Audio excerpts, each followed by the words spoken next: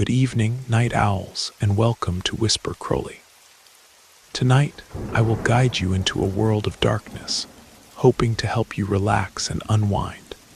Perhaps some of you will even drift into a haunting yet soothing sleep.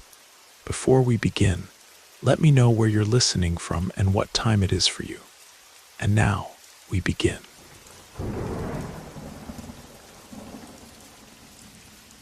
On Halloween 2017, some friends I regularly play with online decided to finally visit me in person. We rented an accommodation through Airbnb in the city, all dressed up in our costumes, and went dancing. Everything was completely normal. Everyone was in great spirits and obviously having a lot of fun. Cut to the early morning hours. I decided to bring out my Ouija board. At this point, I should mention that I've had regular paranormal experiences throughout my life.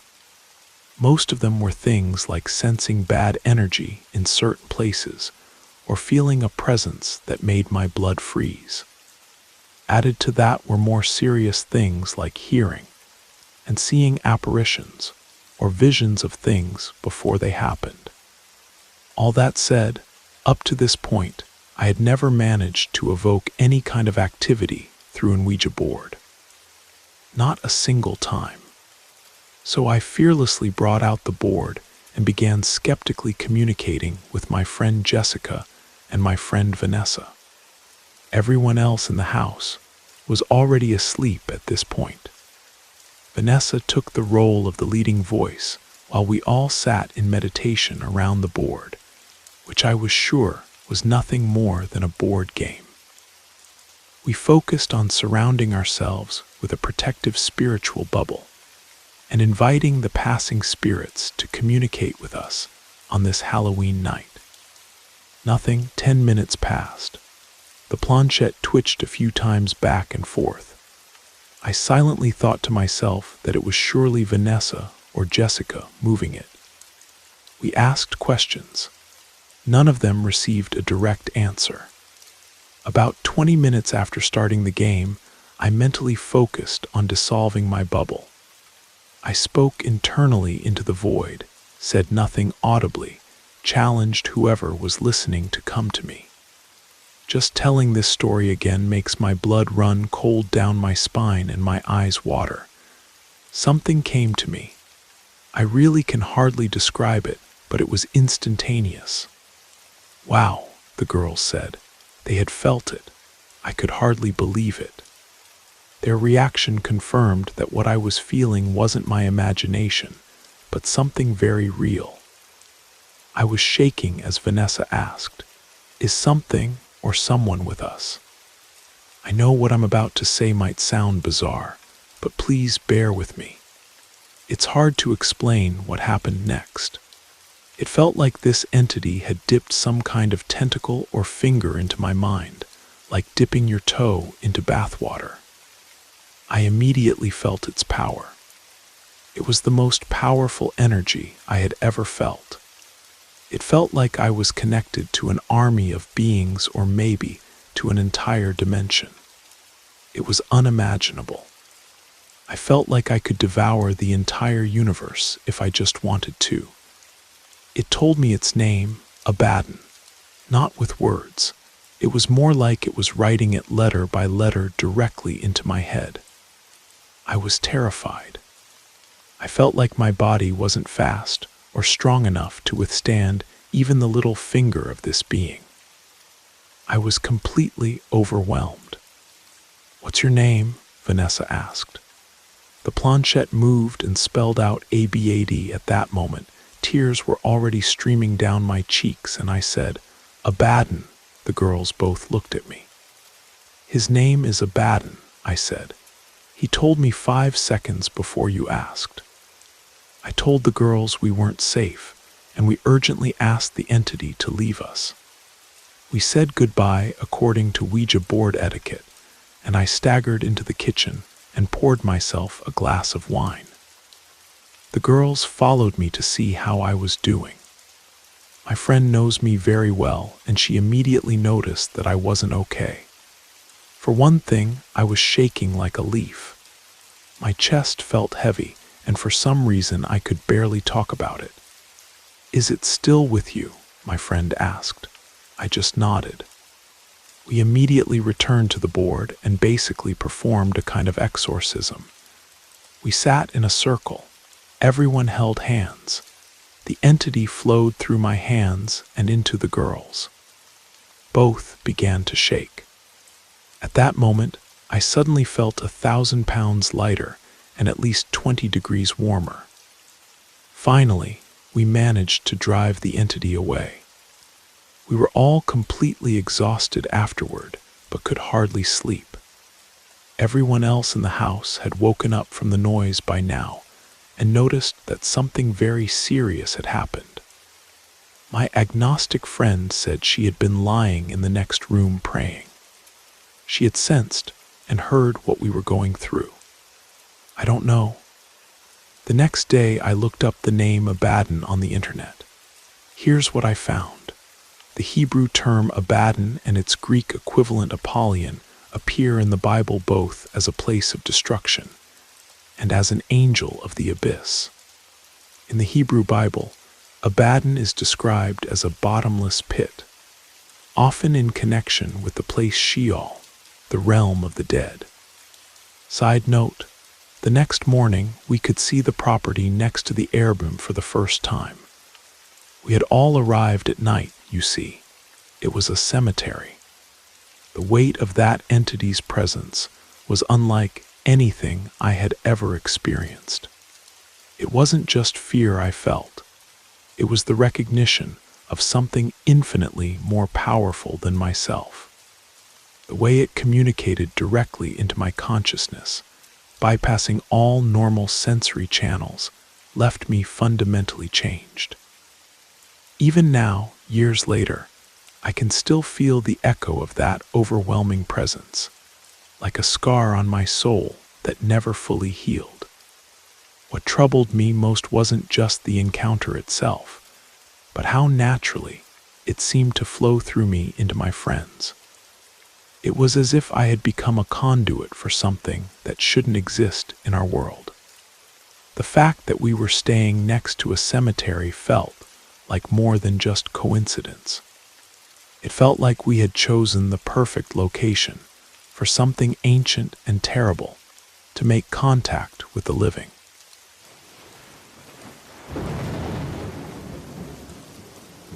I hope you enjoyed the first story. If you did, don't forget to leave a like. But if I didn't do my job well, feel free to give it a thumbs down. Either way, drop a comment and let us know where you're listening from and what time it is for you. Now, let's continue. My name is Samuel Rodriguez, and I've spent years exploring abandoned places across America. It all started as a hobby, a way to escape the monotony of daily life, but over time, it became an obsession. Forgotten buildings, ruined factories, empty hospitals, each one has a story, and I wanted to tell them. However, there's one experience I've never fully shared. It's not because it's my favorite or most interesting, it's because I still don't know how to explain it. It occurred 3 years ago on the outskirts of Portland, Oregon, in an orphanage that had been closed for decades. What I saw, what I found there, has followed me ever since. I had heard about St. Joachim's orphanage through an urban explorers forum. According to some, the place was closed in the 70s after a scandal that never made it to the newspapers.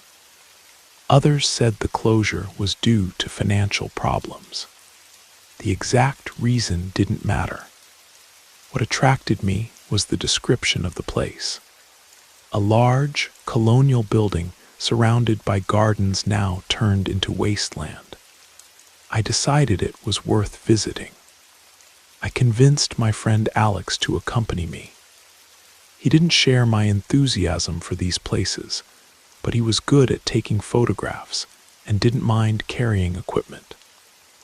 We left early one October morning with backpacks full of flashlights, cameras, and batteries. The orphanage was about 30 minutes from Portland, in a rural area surrounded by pine trees and hills. When we arrived, the building rose like a shadow from the past. The walls, once white, were now stained with moss and cracks. The broken or boarded windows looked like empty eyes. Still, there was a certain beauty in its decay. "This is perfect for your photos of places no one should visit," Alex joked while taking out his camera. We approached the main door, which was blocked with a rusted padlock. It wasn't hard to find a broken window through which to enter. Inside, the air was loaded with dust and humidity. The hallways were long, with broken mosaic floors and peeling walls. There was scattered furniture, small desks, overturned chairs, metal beds without mattresses, and in the corners, piles of papers and debris from the years. The first floor was relatively boring. Alex took photos while I inspected the rooms. I found blackboards covered with children's drawings, but nothing especially strange. The interesting part came when we went up to the second floor. It was evident that the children had lived there.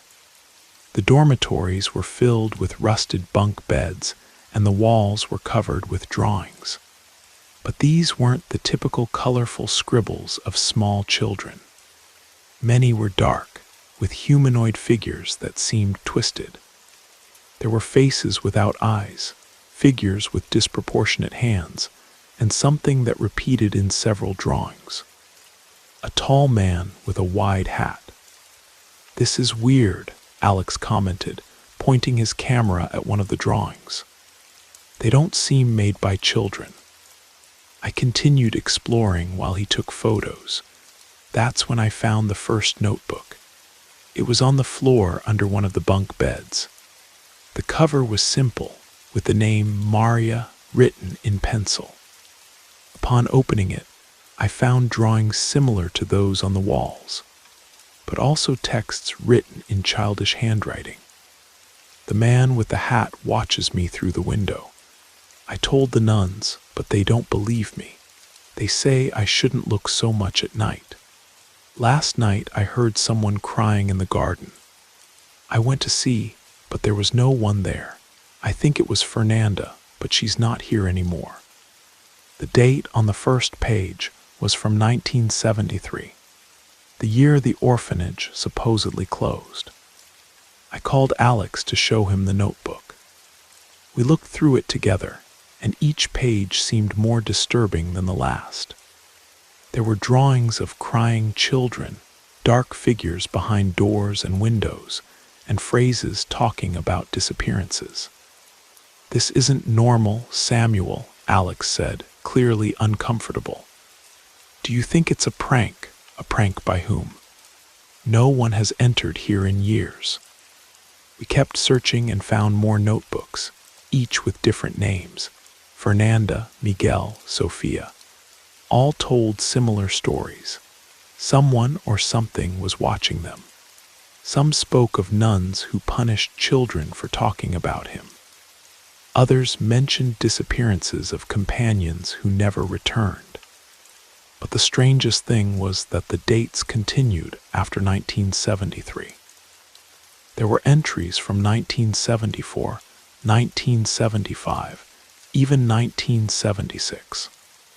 According to the records I had read, the orphanage had been empty for more than 40 years.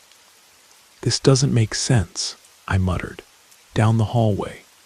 A door slightly ajar that we hadn't noticed before caught our attention. "Was it always there?" Alex asked, his voice trembling a little. I shook my head. It seemed like a common door, but there was something about it that made me nervous. We decided to enter.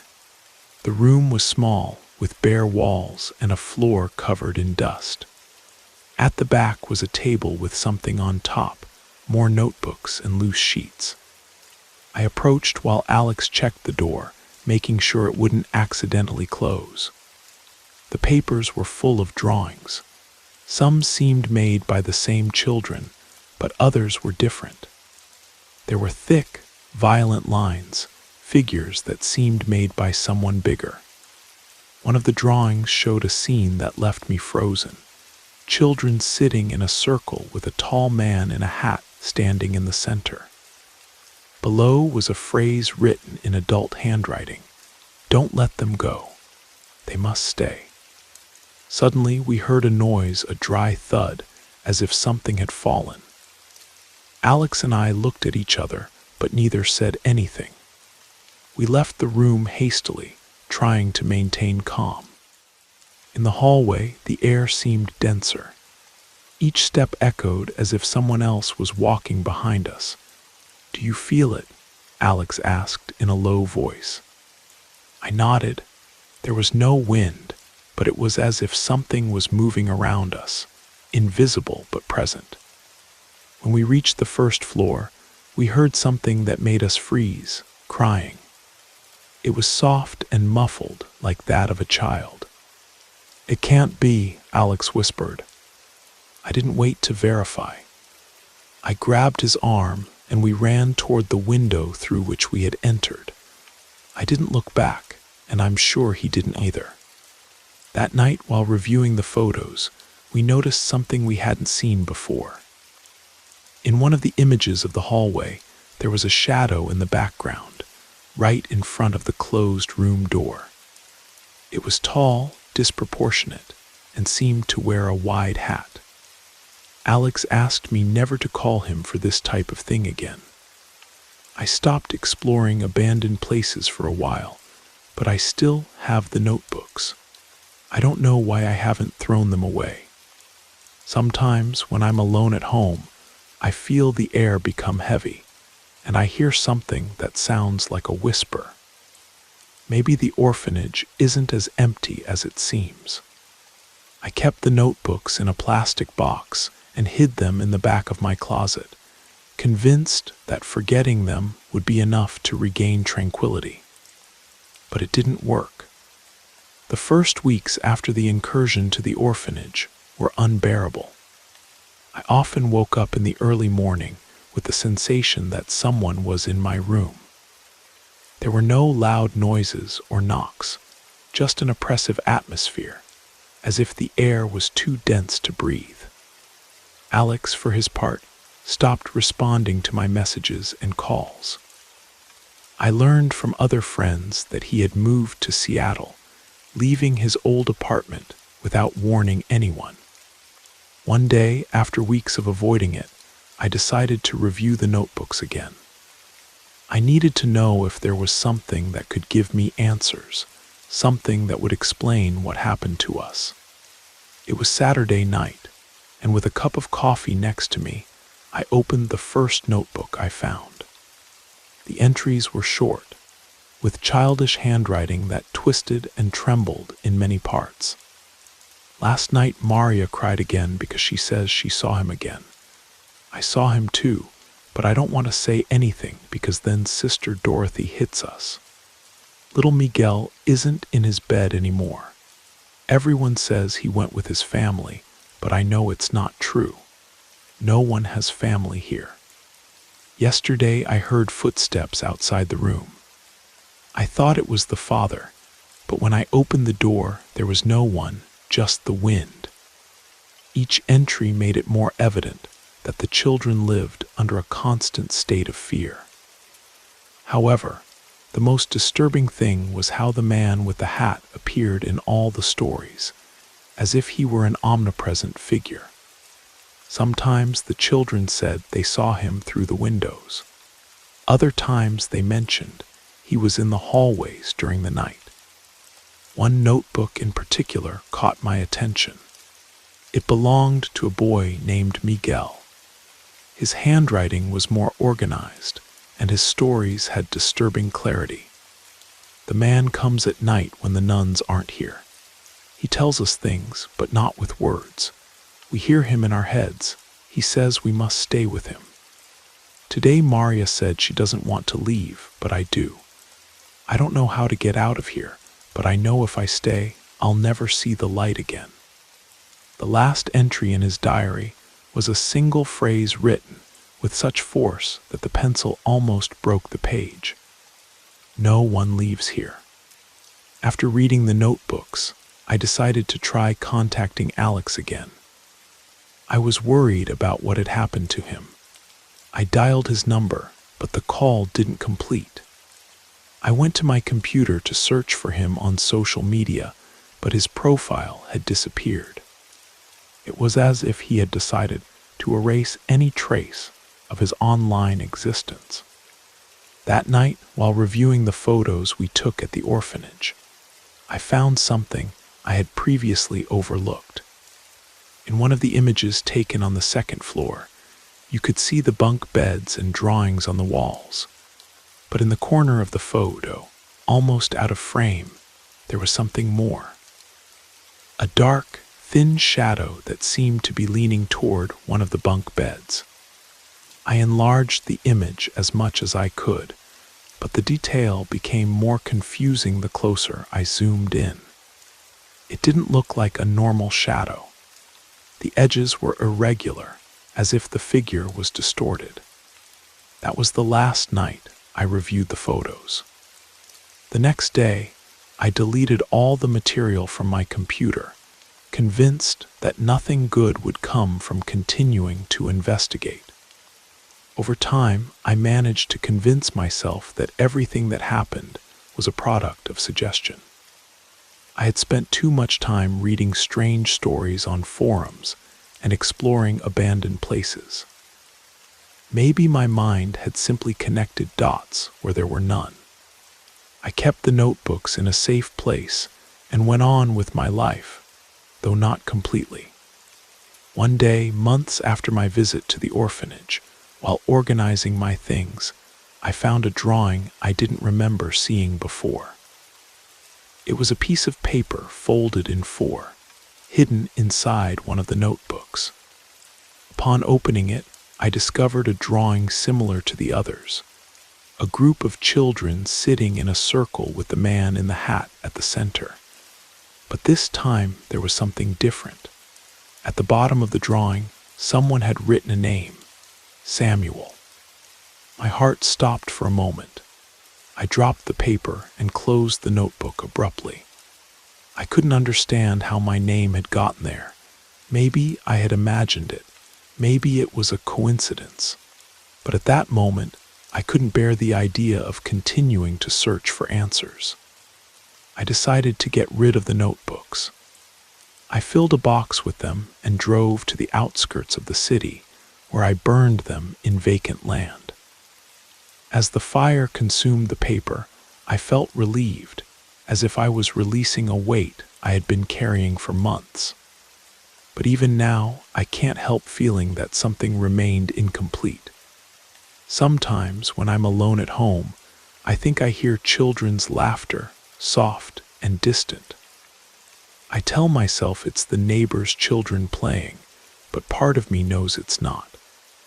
I've stopped exploring abandoned places, not because I'm afraid of the buildings themselves, but because I now know that some places don't want to be explored, and what you bring with you from them doesn't always stay behind.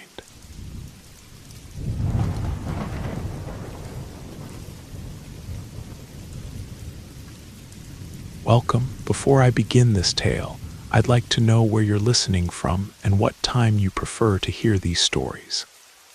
Leave me your comments. Without further delay, let's begin. My name is Gabriel. I'm 27 years old, and about 6 months ago, I decided to leave the city behind. Urban life was no longer for me. The constant noise, people everywhere at all hours, the feeling of always being trapped between four walls.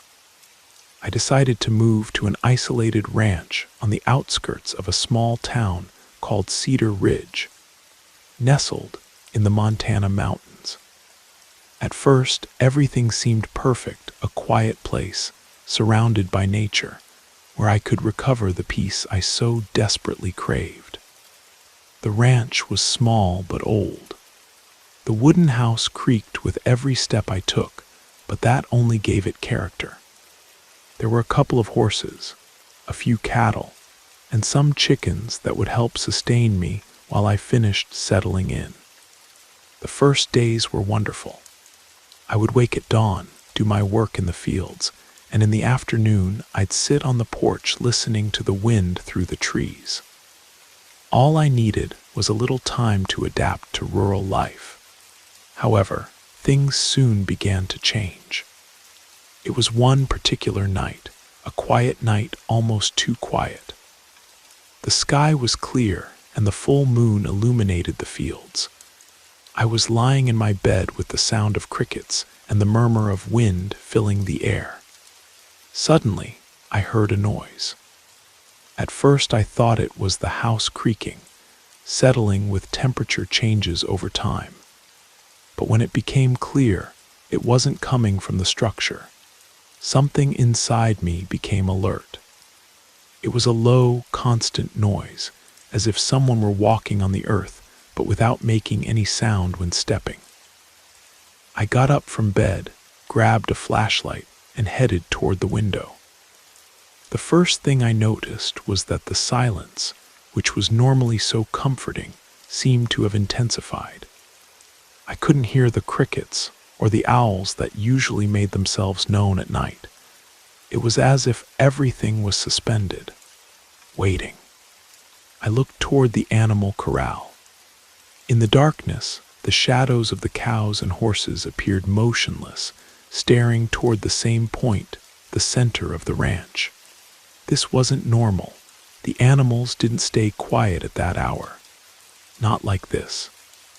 They were completely rigid, with their heads low and their eyes reflecting the moonlight, as if they were watching something or someone in the darkness.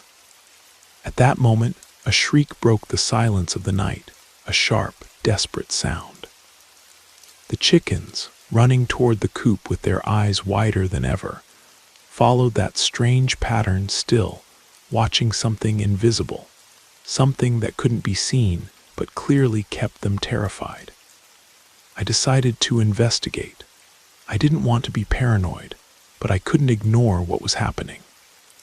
I opened the back door carefully, and upon taking the first step outside, I felt as if the air became thicker, heavier.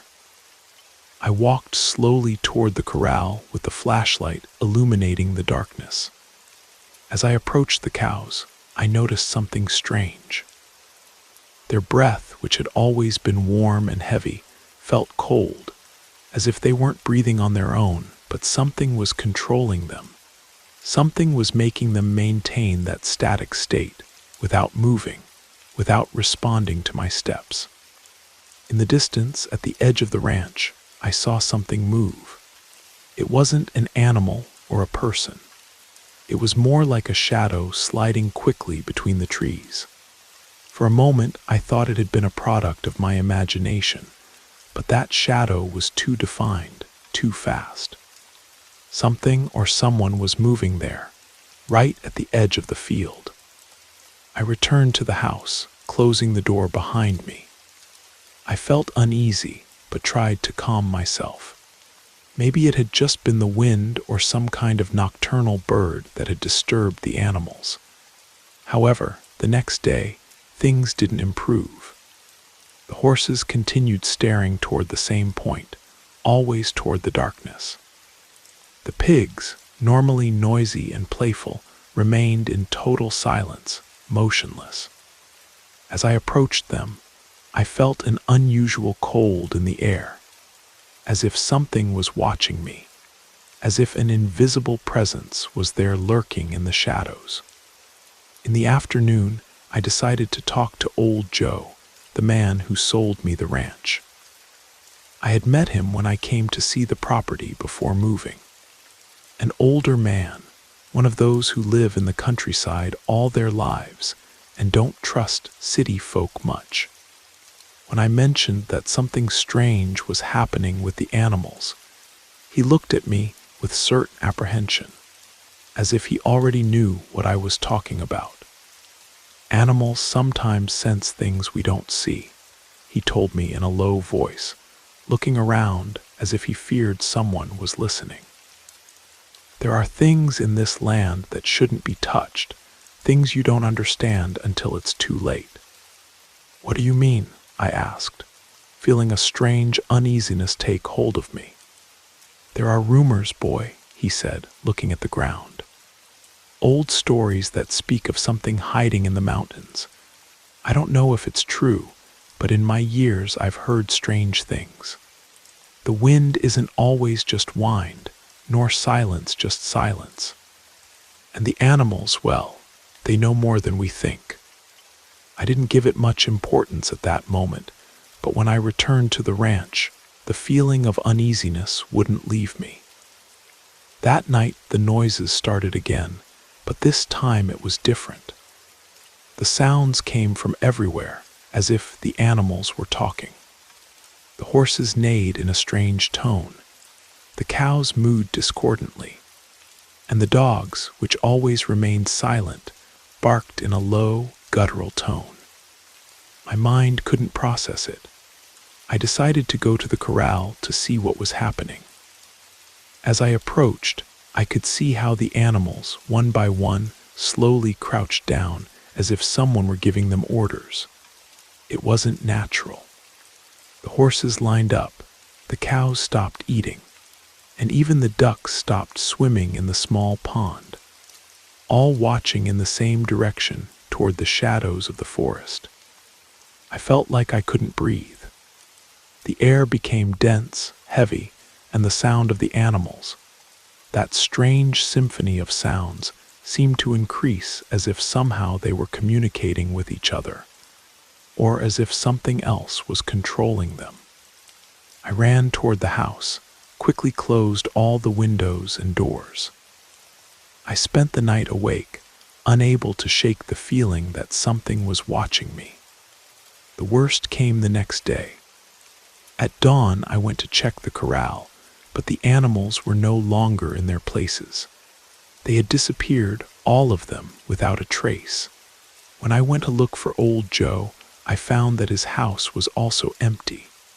There were no signs of him or his family. No one in town seemed to know anything. And so, as the days passed, the ranch emptied.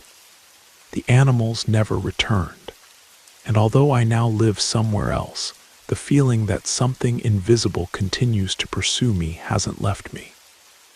The noises, the shadows, the empty eyes of the animals.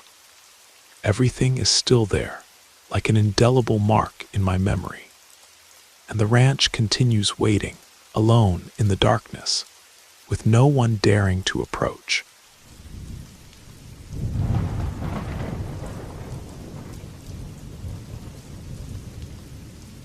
I'm Richard Perez, a simple man who works the land on a farm that my grandfather left to my father, and my father to me. Our family has been cultivating this terrain for generations on the outskirts of a small town, lost in the corners of southern Arizona. My days are filled with hard work plowing the fields, caring for the cattle, repairing fences. It's a life that, though solitary, has given me peace until something changed a few weeks ago. Everything started on a hot summer afternoon when I was working in the cornfield I cultivate north of the house. I saw something strange among the weeds and stones. At first I thought it was an old rock that had been buried by time, but no. It was bigger, like a block of old, weathered concrete. I decided to investigate it, convinced it might be some structure my grandparents or great-grandparents had left there. Maybe part of a construction no one remembered anymore. As I approached, I noticed the block wasn't alone. It seemed to form part of a circle of stones that extended underground. I walked around it cautiously, and when I turned one of the stones, I saw an opening. At first, I didn't understand what it was, but then I realized I was facing a well, one that no one had seen in years. It had been covered by weeds and the passage of time. I crouched down to look inside. and although the evening light made it difficult to see clearly, something in the depths of the darkness caught my attention, a very faint metallic gleam. I remained there observing, puzzled. At first, I thought it might be a piece of metal or something that had fallen there long ago. Curiosity bit at me, and although I knew better, I couldn't help but feel attracted to the idea of discovering what it was. I remembered the stories my mother used to tell me when I was a child about old wells that in other times had been meeting places, sacrifice sites, or places of dark encounters. These are stories told in small towns with that mixture of morbidity and superstition, but I had never paid much attention to them. I thought they were just that, tales. That same night after dinner, I took a flashlight, an old rope, and a shovel. I couldn't stop thinking about that strange gleam I had seen. As I descended into the well, the temperature seemed to drop a few degrees, as if the air around me had become denser. The first stretch wasn't so difficult. The stones were rough, and the rope helped me descend with relative ease. But as I went down, I felt a strange pressure in my chest, as if something were changing, as if something were watching me from the darkness. I reached the bottom with my heart racing, but the darkness was so deep I could barely see beyond a few steps. I used the flashlight, and the light reflected off what appeared to be a piece of rusted metal at the bottom of the well. I approached and saw it wasn't a simple piece of metal. It was a door, an iron door covered by moss and earth, but clear in its form. What disturbed me most was the fact it was closed with a large padlock, rusted yet intact. My hands trembled as I touched the door. There was no way someone had placed it there recently.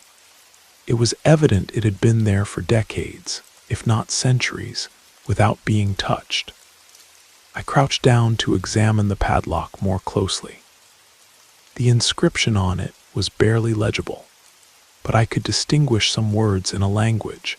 I didn't recognize something that didn't seem like Spanish or any indigenous language from the region. A chill ran through my body, but I tried to stay calm. It's just an old padlock, I told myself. But still, part of me couldn't help but feel that what was in front of me wasn't something ordinary. I tried to force the padlock with my tools, but it was completely sealed. It was then that a strange sensation ran through me, as if someone were observing each of my movements from the shadows. There was no one else there, of course. I was completely alone in the darkness of the well. But still, that sensation was unmistakable. The pressure in my chest increased, and the air became increasingly heavy. I couldn't stop looking at the door. Suddenly, I heard a whisper, very weak at first, as if someone were speaking from far away. I thought it was the wind, but I wasn't sure. I looked around, and although the flashlight illuminated the bottom of the well, there was nothing indicating anyone was there. The whisper repeated, this time louder. "Help me," said the voice. I tried to ignore it, thinking it was a product of fatigue, but then the voice became a desperate scream. "Help me, I can't get out of here." My heart stopped for a moment. What disturbed me most was that it wasn't a human voice. It didn't sound like a person, but like something imitating the human voice, something distorted, deep, and trembling. I couldn't understand what it was, but I felt deep terror upon realizing that what I was hearing couldn't be a simple echo or a product of my imagination. The sensation that someone was watching me became more palpable, as if I were surrounded by 100 eyes in the darkness. I decided to leave immediately without looking back. My body trembled with fear as I climbed quickly. without stopping to hear that voice that now seemed to follow me from the depths of the well. When I reached the surface and breathed the fresh night air, I realized my life would never be the same. I couldn't forget the voice, or the whisper, or the terror I had felt. I decided to investigate further, searching for old records about the well. What I discovered was even more disturbing. There were ancient accounts that spoke of a similar well in that same area, one that, according to legends, was related to ancestral rituals of the peoples who inhabited the region long before the arrival of colonizers.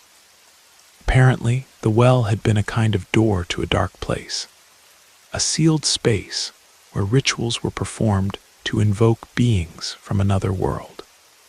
And the most terrifying thing of all was that the accounts spoke of people who, upon getting too close, heard voices coming from the depths, voices of those who never returned.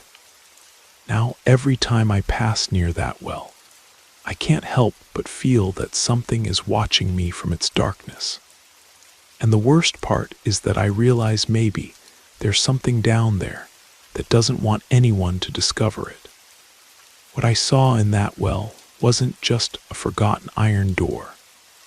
It was a reminder that there are secrets in this world that are destined to remain hidden, and that sometimes it's better not to know what hides in the shadows.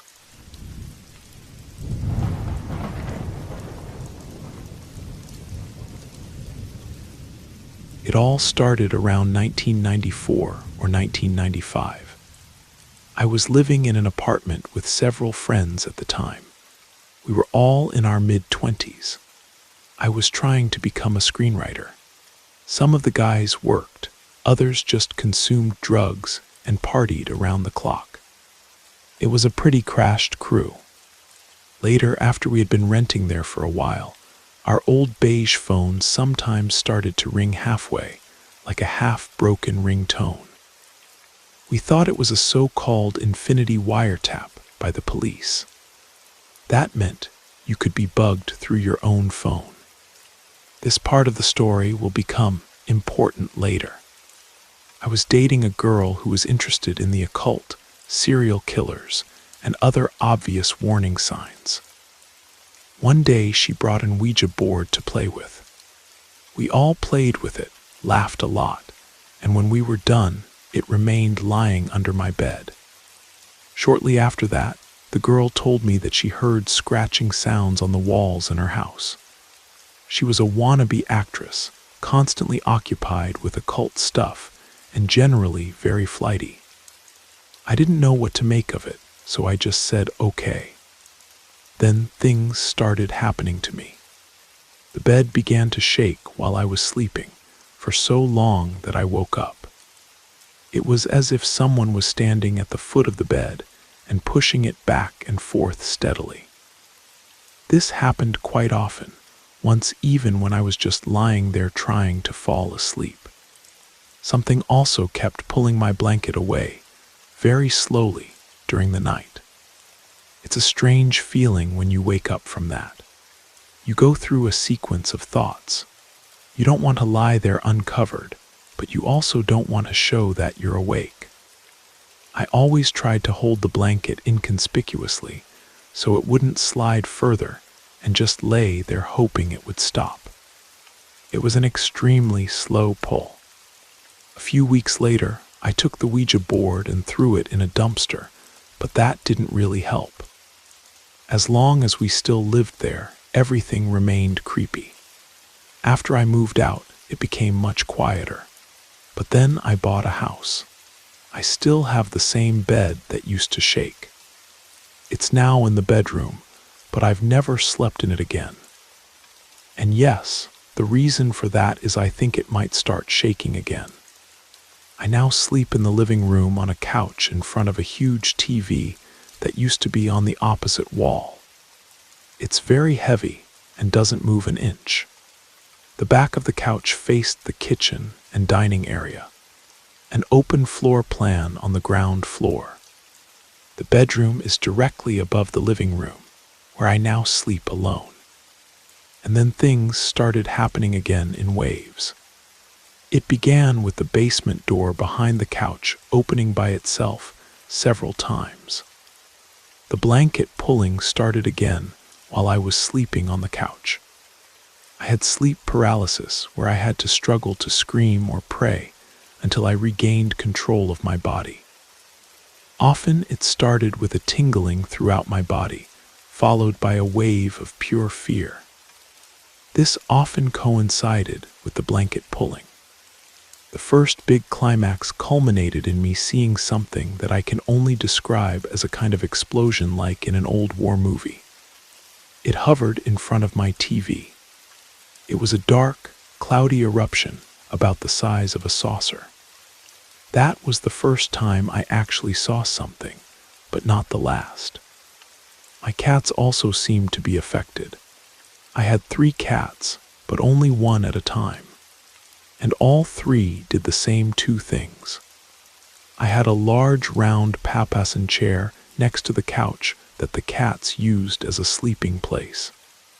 During such phases, they would suddenly jump up from deep sleep, as if someone had pinched them, and then examine the chair before lying down again. What really got to me was that each of these cats would sit on my lap, then look over my shoulder at the ceiling, stare at something up there, and meow at it. I saw nothing, of course. The worst wave was the second to last. It started with the usual night terrors, but this time I also had insane nightmares. Demonic stuff, like praying nuns in hell. Once I saw a black spider, about fist-sized, directly above my head on the ceiling. I have a panic fear of spiders. As soon as I saw it, it let go and fell. I jumped from the couch to standing within milliseconds, but there was nothing there. The next big event was the climax. I woke up in the middle of the night on the couch. Above the back of the couch on the room ceiling hovered a mass, pitch black, about the size of an upper body. It was dark in the room, but the thing was even blacker. I was definitely not in a sleep state. I blinked again to be sure, but it was there. I panicked, but I pretended I hadn't seen it. I just closed my eyes, turned my head to the back wall of the couch, and then I felt the couch being pressed against my face. The wooden frame began to creak. That's how strong the pressure was. Something was pressing against the couch. I started screaming, prayed loudly, and told this thing that I knew Jesus was protecting me as always. It stopped, but I stayed awake lying there for a long time. Since everything escalated so much this time, I started looking for solutions. I found 2 possible approaches without immediately calling a priest. More Jesus, quite simply. But when you feel like you're being attacked by something demonic, you suddenly become very religious. I hung up a few crucifixes and played Bible verses over YouTube while falling asleep. Maybe something I owned was cursed possessed or had some kind of attachment. I had an old South American wooden cup with a face on it, a souvenir from my grandmother. I threw it away. My mother, who also believed in occult things, had given me strange masks that I had hung on the wall. One of them was a creepy cow face that was supposed to bring prosperity. I threw them away too. Everything that somehow had an occult origin had to go. I even threw away a cross I had bought myself because it was in Celtic style. After that, everything calmed down for a while. It seemed like that cow mask really was to blame. Then it started with a doorbell. I had heard it before, but never so frequently. It sounded like someone was pressing my doorbell for a split second. I went to the door, nobody there. I thought it was kids from the neighborhood. But then it happened during the day after I had installed a security camera. Nothing on the recording. But this one sick short ring happened again and again, often at night, so I woke up. Eventually, I realized the sound was coming from above my head from the bedroom. I went upstairs, searched through old boxes to get rid of more stuff, and what I found in the bedroom closet made my blood freeze in my veins. It was the old beige phone from 25 years ago that used to ring only once briefly in the shared apartment. I had carried it around with me all these years. It wasn't connected, the cable was wrapped around the device, and it was lying in a box. But it was exactly this ring tone that I had heard. I didn't know where the phone originally came from before it appeared in our shared apartment back then. But for me, it was clear its story would end in a landfill. I took it to work and threw it in a container there. It was too creepy for me to throw it in my own trash. I had even briefly thought about putting it next to me and picking it up the next time it rang. But it's not a good idea to invite contact. And besides, no way, man. About 6 months have passed since I disposed of the phone. Nothing has happened. It would be strange if an old phone had been the source of it all. I really hope this is finally the end now. But as I said, it comes in waves. Maybe this is just another low point.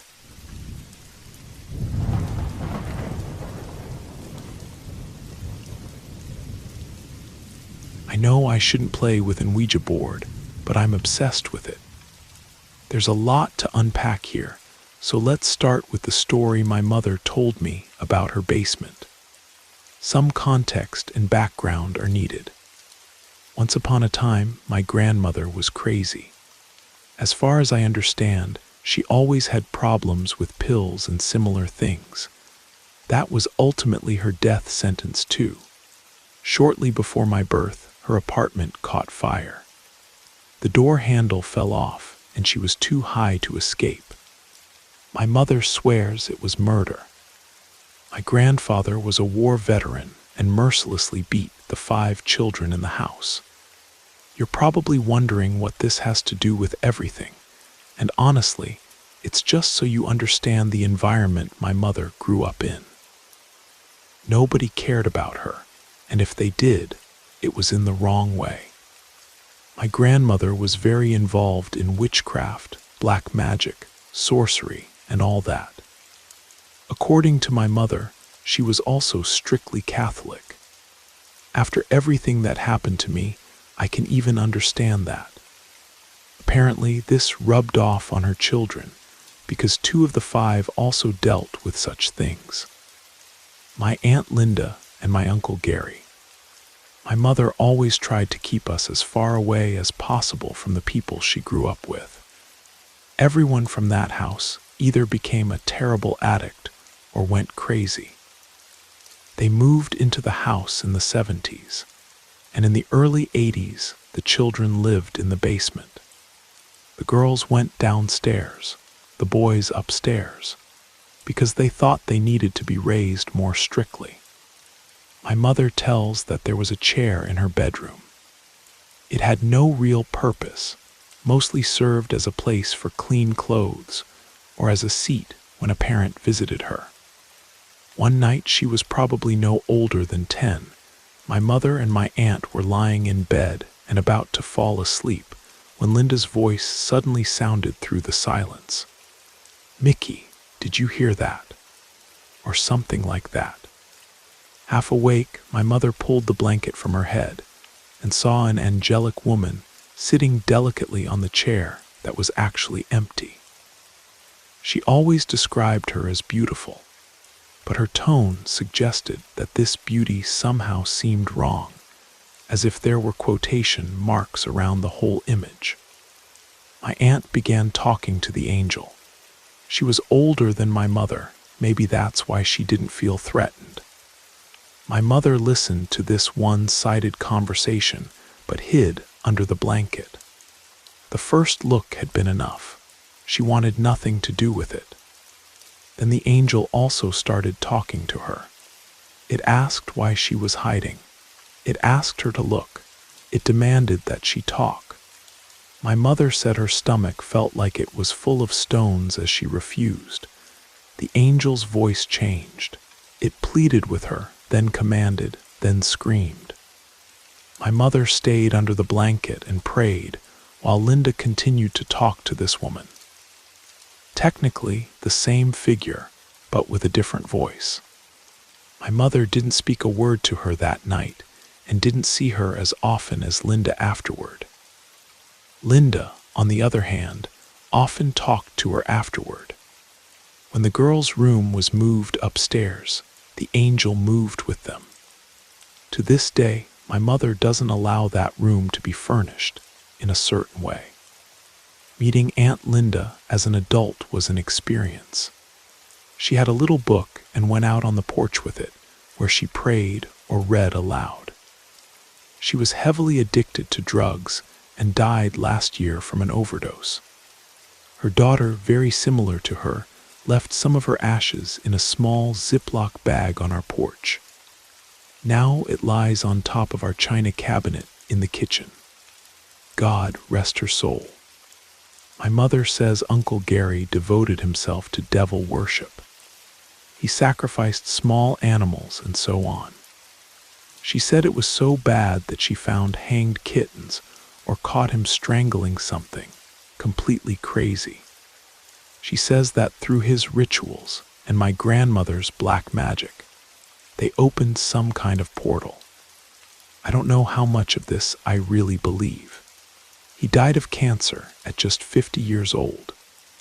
When my grandfather also died of cancer in 2012, my mother was the only one of his children who cared for him in his final days.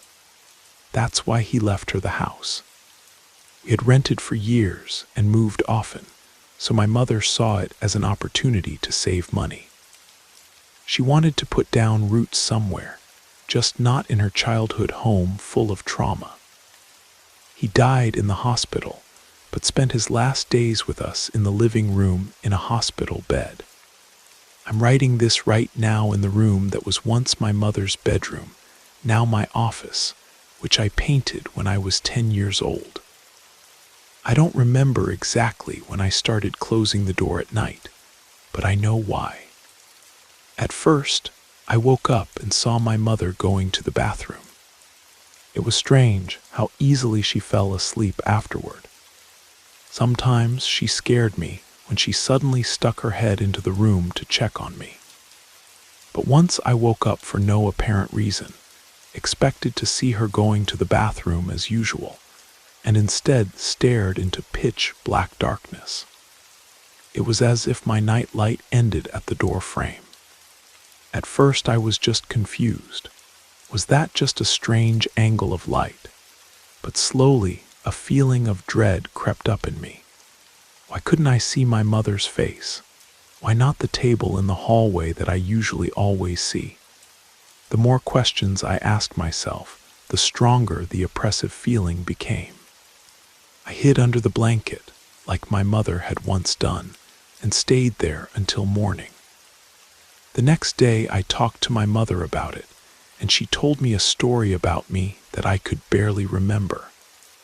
When I was still very small, I never wanted to sleep alone in the old trailer.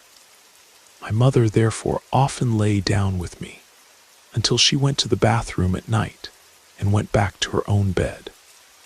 I slept deeply and soundly. She knew I wouldn't wake up. But on this one night, I woke up at 3 in the morning and saw a figure at the foot of my bed.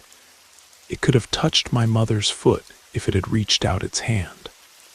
I remember this dark silhouette and how absurdly black it was. I always had night lights on, so how could this be such a shadow? I felt like I wasn't allowed to look directly at it, so I stared at my feet, only perceiving it at the edge of my field of vision. I woke my mother. She's a light sleeper, and she prayed with me for it to disappear. I'm not religious in the classic sense, but somehow it worked. When I opened my eyes again, the figure was gone.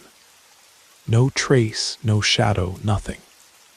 I thought I had just imagined it for a long time until I told my mother about the shadow in the hallway. The hair on her arm stood up. She had seen it too. And in the same night when I was still a child. She told me I should command it to disappear in the name of God, which I didn't know at the time. She also hadn't seen it since the moment I started sleeping with the door closed. Then it got weird. When I came home from school, my closet was wide open. I was very messy at the time, so I thought it was a broken latch. But how would the clothes and shoes have been pushed back then? At night it got worse. I woke up and the closet was open, pitch black. I was a bit older by then, but still smart enough to know you don't look beings in the face when you're really experiencing paranormal things. That's somehow self-evident. Sometimes it was just creepy, but sometimes, especially when I saw it open, it was unbearable. I tried to put laundry baskets or clothes in front of it. Still, it opened. I often just pressed against it, and usually the latch was actually open. My mother replaced the lock with one with a button. Then the sound of unlocking became my new problem. This click when you turn the button, I often woke up from it. The closet was then open. Sometimes it was closed, but I had still heard the sound, even twice. I sometimes woke up in my mother's bed without knowing how I got there. That was in middle school, a phase where you'd rather die than sleep with your mother. She would have noticed. She sleeps lightly. A priest blessed our house. She regularly burns sage, even though she's otherwise the most modern woman in the world. So what's this all about? Why I wanted an Ouija board? If not to talk to deceased relatives, I never got to talk to. Then to find out what the hell happened to me as a child. So I naturally drove to this Halloween store and spent $40 on a board so my friend Alex and I could try it out. Don't judge me. If all this had happened to you, you'd be just as curious. I had already researched a lot about rules, instructions, history, and so on by then, but it's strange. When you search for Ouija boards, you find almost only silly magazines. Why are there no current discussions about it on forums? Some people ask questions, but the answers are usually weak. Why isn't it common knowledge that Ouija boards existed long before America? Why don't more people talk about it, even just as a party game? We've used the board 3 times now. Twice yesterday, always in the afternoon around 2:15. Here are a few notable things that happened. At first the entity said it was 8 years old. It always moved to the black area next to goodbye or to the moon on the board. When asked if it moved there out of shyness, it answered yes. Whether the moon meant we should do it at night, also yes. When we started giggling, we had smoked something beforehand. Jay's mocking manner, Alex's friend, became noticeable. We tried to apologize, but the board said no. It still continued to talk to us. When asked for a name, 0, age, Bo. Yes, then X, then 0. Gender, 0. Second, movement was weak at first. It moved slowly to the sun. I assumed it meant we had forgotten the candle. After we lit a candle, it worked better. The name was D between yes and no was used as maybe. When asked if it missed the cats, yes. Does it like people in the basement, maybe? When Jay the skeptic came home, the board said goodbye. Third, our LED lights started flickering. We said goodbye to end it. That helped. When asked about age, it slowly started going through all the numbers. I got a bad feeling that it would go to the last number, so we stopped it. We tried the alphabet. This time Alex got a bad feeling and didn't let it finish writing. KAT son, then S, name again. D we first thought Jay was messing with us. After all, he hadn't participated the second time, but we also hadn't told him that Dee had talked to us before. When I got home, I noticed black stones everywhere. Small pocket stones in the corners of the rooms. Normally, I would have immediately recognized them as protection stones. I like to learn about such things, even if I don't believe everything. I just like the aesthetics, but this time I just collected them, 4 pieces, before I realized what they are. Unusual for me, not typical. I'm not saying it means anything, but it was noticeable. Maybe I'm crazy, maybe it runs in the family, but now I'm obsessed with it. I want to know everything about the Ouija board. I feel like I have to solve a puzzle. And where would that be better than on the internet? If there's a scientific explanation, bring it on. We're doing a new session tomorrow, this time at my place in the basement. So far, it's always been at Alex's house. But then she suddenly wrote to me that her metal sign with the Guinness logo, which had been hanging firmly for years, fell down for no reason. The stones appearing in the corners of my room felt like a warning or a protection that I almost ignored. The fact that I collected them without thinking, without recognizing what they were, suggests that something was influencing my behavior, making me less aware of spiritual protection. The entity calling itself D and claiming to be 8 years old, always moving toward the moon and darkness, felt like it was trying to hide its true nature. Children's spirits are often more powerful than they appear because they can seem innocent and harmless while harboring much darker intentions. The basement where I grew up, where my mother experienced her childhood trauma, where my grandmother practiced black magic and my uncle performed satanic rituals, feels like the perfect place to make contact with whatever has been haunting my family for generations. It's as if the house itself is a conduit for supernatural activity. I'm drawn to that basement not just out of curiosity, but out of necessity. I need to understand what's been following my family, what's been watching me since I was a child, what opened that closet door night after night. The Ouija board might be my only way to get answers. Even if those answers come with a price, I'm not prepared to pay.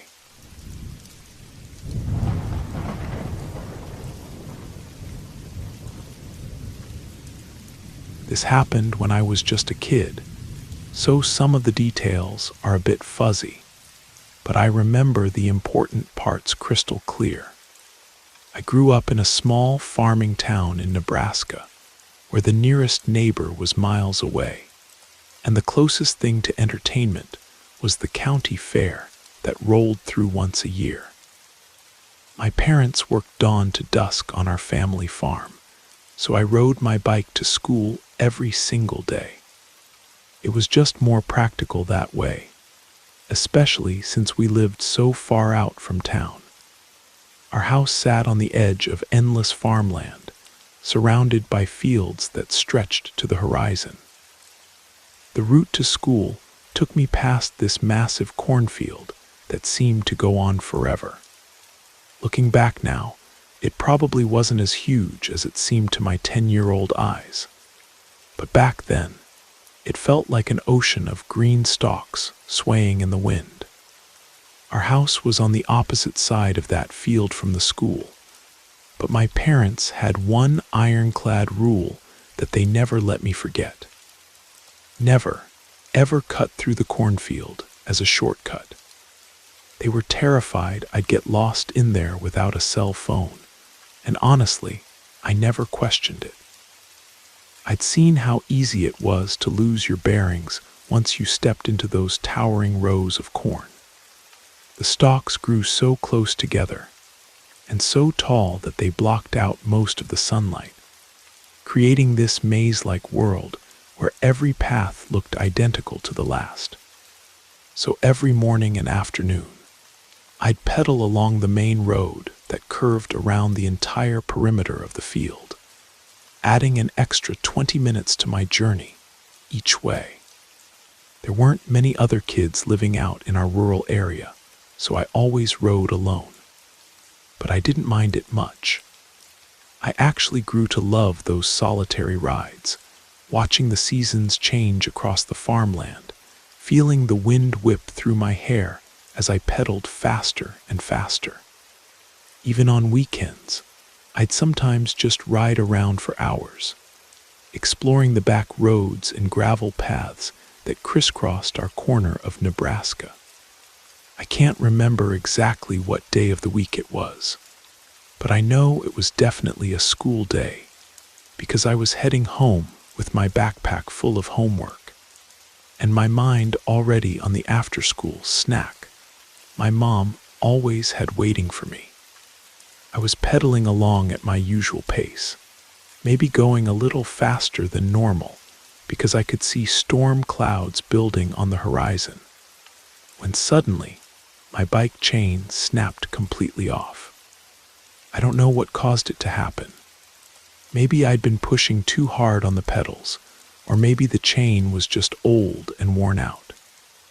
But whatever the reason, it came flying off with a sharp metallic snap that sent me coasting to a stop on the side of the road.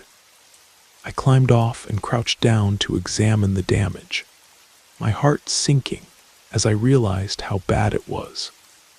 My dad had shown me how to fix a chain before, walking me through the process step by step in our garage.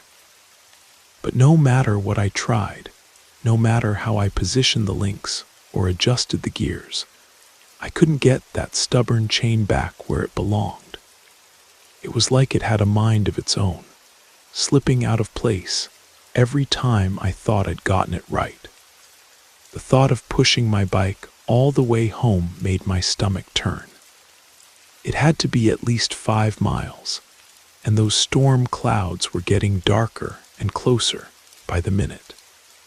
I didn't have a cell phone to call my parents, and flagging down a stranger on these empty country roads wasn't something I'd ever been taught to do. I was completely on my own, and panic was starting to set in. That's when I looked across the road at the cornfield that had been forbidden to me for so long. The entrance was right there, just a gap between 2 fence posts, where a dirt path disappeared into the green walls of corn. If I walked straight through, I could probably cut my travel time in half, maybe even beat the storm home. How hard could it really be? I'd just walk in a straight line until I came out the other side. I wheeled my bike across the road and stood at the edge of the field, my heart pounding with a mixture of fear and determination. The corn stalks towered above me, their leaves rustling in the pre-storm wind like they were whispering secrets I couldn't quite understand. I took a deep breath, grabbed my bike by the handlebars, and stepped into the forbidden territory. At first, everything seemed fine. The path between the corn rows was narrow, but manageable, just wide enough for me to walk while pushing my bike alongside. The stalks rose up on either side of me like green walls, their leaves brushing against my arms and shoulders as I moved deeper into the field. There was something almost magical about being surrounded by all that living corn, like I was walking through a secret world that existed just beyond the edge of the ordinary farm roads I knew so well. But as I got deeper into the field, that magical feeling started to fade. The corn blocked out more and more of the daylight, creating an eerie twilight even though it was still mid-afternoon.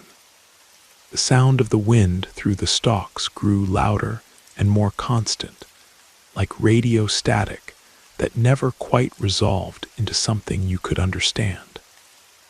And strangest of all, it became incredibly quiet in there, as if the corn was absorbing all the normal sounds of the countryside.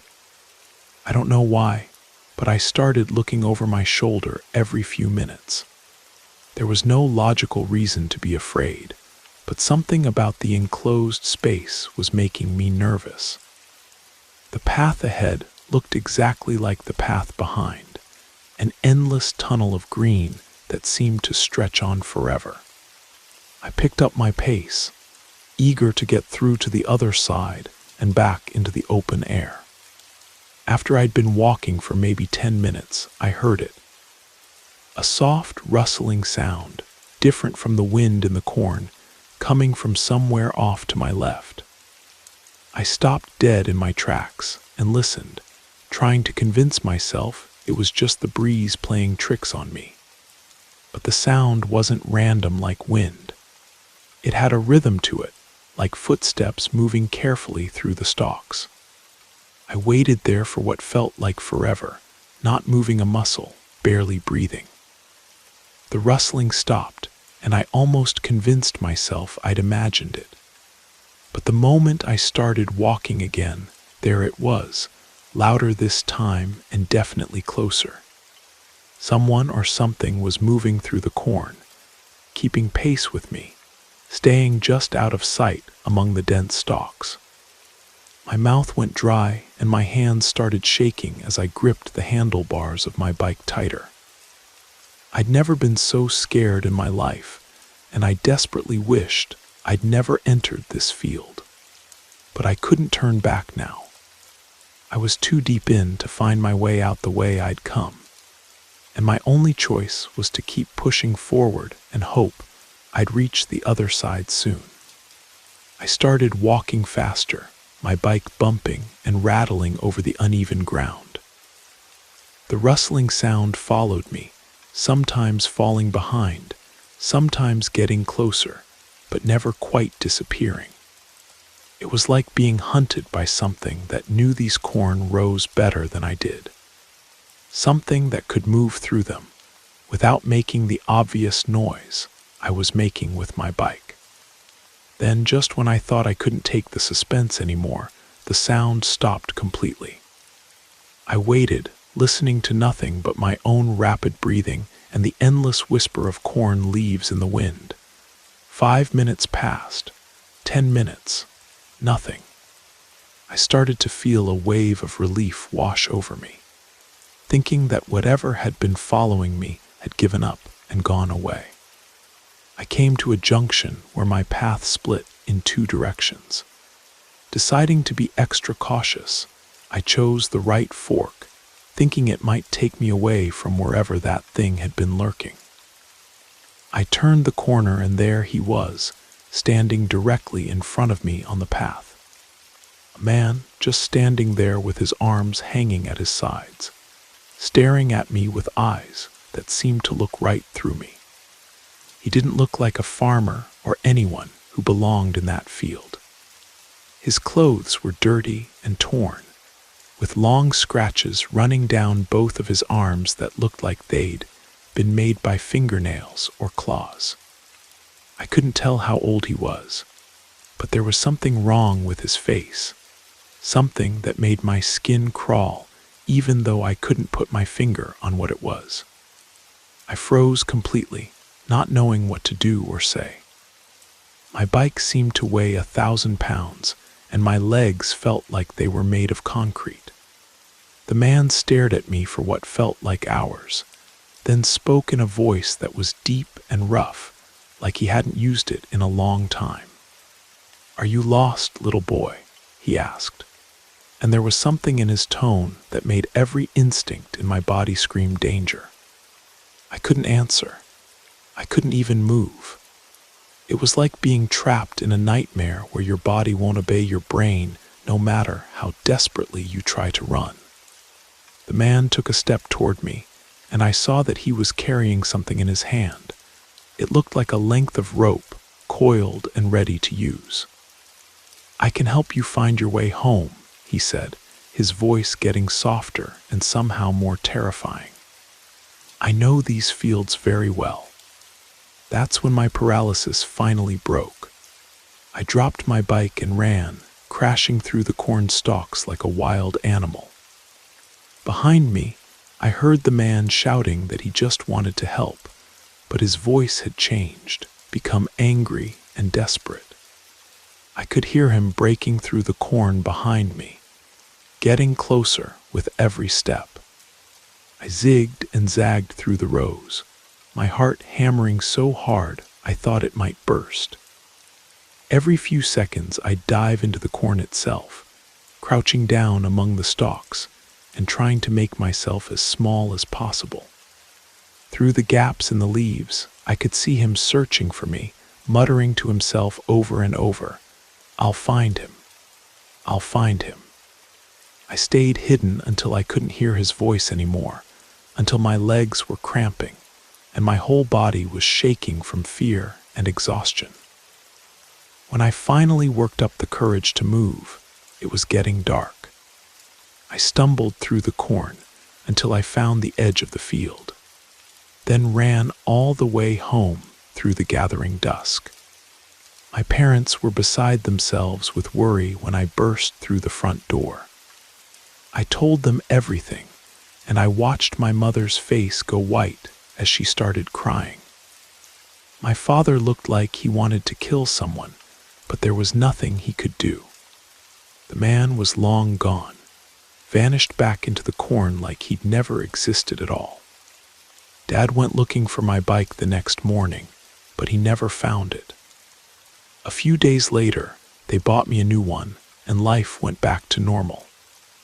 But a few weeks after that, something happened that convinced my parents we needed to move away from that place.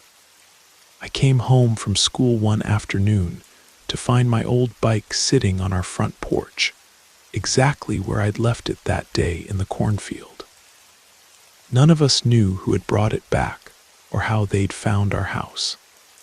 But seeing it there, like a message from that strange man in the corn, was enough to make my parents pack up our lives and move to a different town entirely.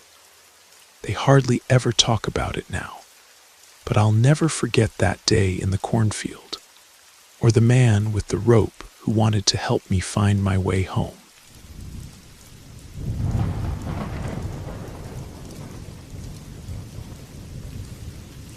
A little background. My family is different. We were raised Christian, but many in the family practiced witchcraft. Not the typical kind of witchcraft. Most of us either participated or left it completely alone. I believe in things that many don't believe in, but I don't practice anything. My brother, on the other hand, went all in. I was about 14 or 15 years old and lived with my brother and our grandmother. My brother disappeared for days at a time back then and just didn't come home. He had a huge DVD collection, and when I was bored, I either picked his door lock or used the key when it was available. On this day, the key was there, so I went in, grabbed a few DVDs, and locked the door again. I didn't want him to notice I had been in his room. I watched 2 movies and wanted to return the DVDs. I locked the door again, turned the key, and heard a noise. I thought, what the hell? So I unlocked it again, and the door slammed against the closet doors. His room was set up so that the door opened to the left, and to the right of the door was his 2-door closet. When the closet doors were open, you could barely open or close the room door. I thought maybe something in the closet had fallen over, so I pushed one closet door closed and went inside. I looked around, but there was nothing. I thought, well, okay. Closed the door, left the room, locked it, and heard the same noise again. I thought I was imagining it all, so I opened the door again, and again the closet doors were open. I pushed one closed and went inside again, looked around again, and this time I got the coldest chill of my life. I just thought, damn, I'm out of here. Left the room, locked it, and then I heard the closet door slam against the room door. No joke. I jumped and immediately ran to my grandmother. I asked her if my brother was home, and she said no. I asked her if she was sure. She said yes. The whole thing was slowly driving me completely nuts. I unlocked the door, pushed the closet doors closed, went into the room and said, "Brother, stop this shit. I know you're in here." Nothing. I looked around. I looked under the bed, and to reassure myself, I called out, "Ha," in case he should jump out. But there was nothing. I looked behind the bed, behind the curtains, opened the closet doors, pushed clothes aside, still nothing. I was now convinced that I was drunk or imagining everything. I repeated everything once more, only this time I left the door open. Then I ran to my grandmother, woke her up, took her to his room and said, "Just listen." I closed the door, and the closet doors flew open and slammed against the room door. She said, "What was that?" I told her everything. She said, "Then he's in there." I unlocked the door, led her inside, showed her the room. She said, "Something must have put pressure on the door there." We left the room. I locked it, and again we heard the noise. I said, "You see." She turned around, slapped me in the face and said, "Keep that to yourself," and walked away. I pushed the closet door closed, went in and said, "Whatever you are, you're not welcome here." I left the room, locked it, and this time I heard one of the closet doors open. Curious, I opened the door. The closet door that was further from the room door was open. I closed it, and at that moment the light went out. The light had been on the whole time. That did it for me. I turned the light back on, left the room, locked it, and heard it again. And like an idiot, I went back in. The closet doors were open, light off. I pushed the doors closed, looked around. The room was much darker than before, almost as if you couldn't see anything even with the light from the hallway. I turned the light on and ran out, full of fear. I left the door unlocked. Round 11 at night, my brother came home. I ran to him and said, "Do you want to see something scary?" He looked at me pale-faced and said, "No." I said, "You're going to see it anyway." I brought him to his room. He asked, "Why is the key in the lock?" I confessed everything to him. I said, "Lock it." He looked at me and said, "I don't want to." I frowned. Then I knew he knew something. He made a huge fuss but locked the door. We immediately heard the noise, and he started talking. He said a weird guy he knew had given him a real Ouija board. Since then, he'd been having nightmares and constantly hearing things. So he had simply disappeared from the house for days at a time. I said, "So you just leave it in there and don't say anything?" He said he thought it was all just imagination. Then he took the board, and I thought he was going to take it away. Instead, he locked it in a small cabinet with an old skeleton key. He said nothing and disappeared again for 5 days. When he came back, he stayed in the house for about 3 days. And during those 3 days, we all kept hearing someone rattling door handles, but nobody knew where it was coming from. I asked him, "You took that thing away, right?" He slowly turned around with this stupid facial expression and said, "No, I put it in the small cabinet." At that moment, we heard the handle rattle stronger. We went to the cabinet and saw the handle moving. The thing about this cabinet is, there's no interior space in it. I said, "Go in there and take it away." He said, "I'm scared." "What if it eats me or takes my soul?" I said. "Well, then that's just your fate." He brought it back to the old weird man, and the guy told him he had found the Ouija board in the late 70s or early 80s in the house in Amityville. Since that day, my brother has stopped all the strange stuff and now goes to church. To this day, I get goosebumps and cold chills every time I talk about it. The terror in my brother's eyes when he realized I knew about the board told me everything I needed to know. He hadn't been staying away from home because he was rebellious or going through a phase. He was running from something that had attached itself to him, something that lived in that board. The fact that the cabinet had no interior space, but still produced the sound of rattling handles defied all logic. It was as if the board was trying to escape, to find a new host, to continue its work of terror and possession. The image of that handle moving on its own, with nothing inside to move it, still haunts me. My brother's transformation from someone who was deeply involved in the occult to someone who never missed church was the most telling aspect of this whole experience.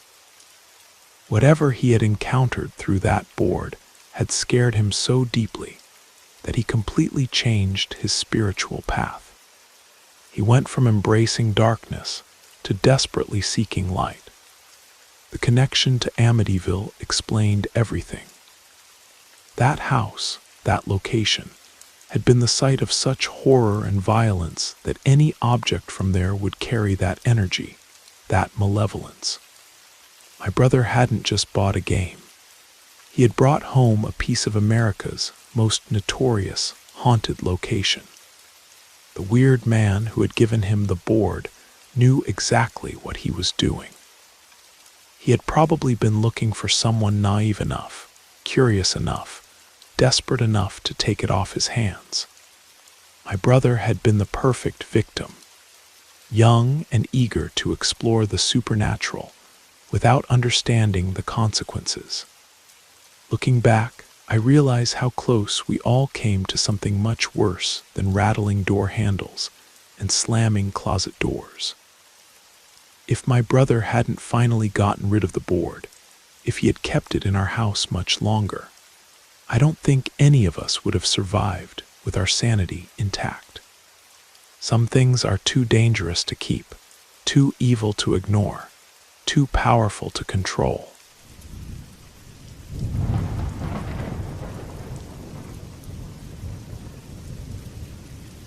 My name is Louis Galindo. I'm 36 years old, and until recently, I worked as an independent photographer specializing in abandoned places. My passion has always been capturing the decay of sites forgotten by time. Hospitals, haciendas, schools. Each space has its story. However, there's one place I've never been able to forget: an old cement factory near Austin, Texas.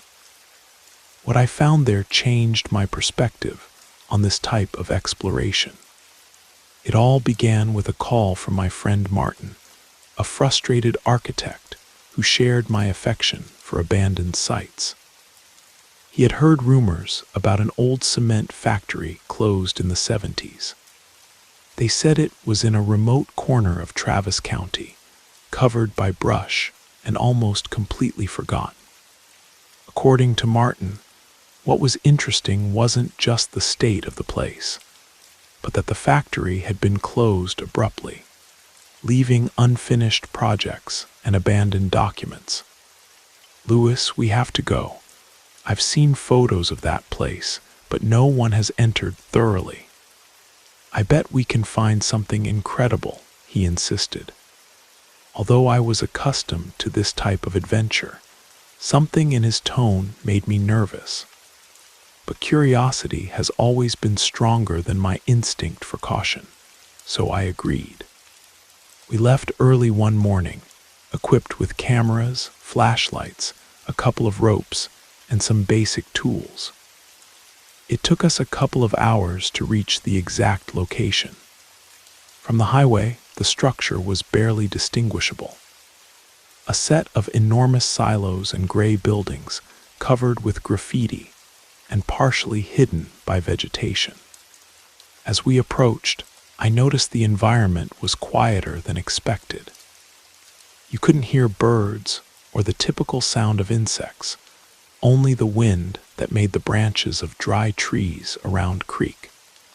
Martin, as always, was excited. "Look at this, Louis. It's intact. No one has touched these walls in years," he said, pointing to the weathered but firm walls of the main building. The main entrance was partially sealed with rotten wooden planks, but we managed to force our way through with some effort. Once inside, the air was loaded with dust and a slight smell of mold.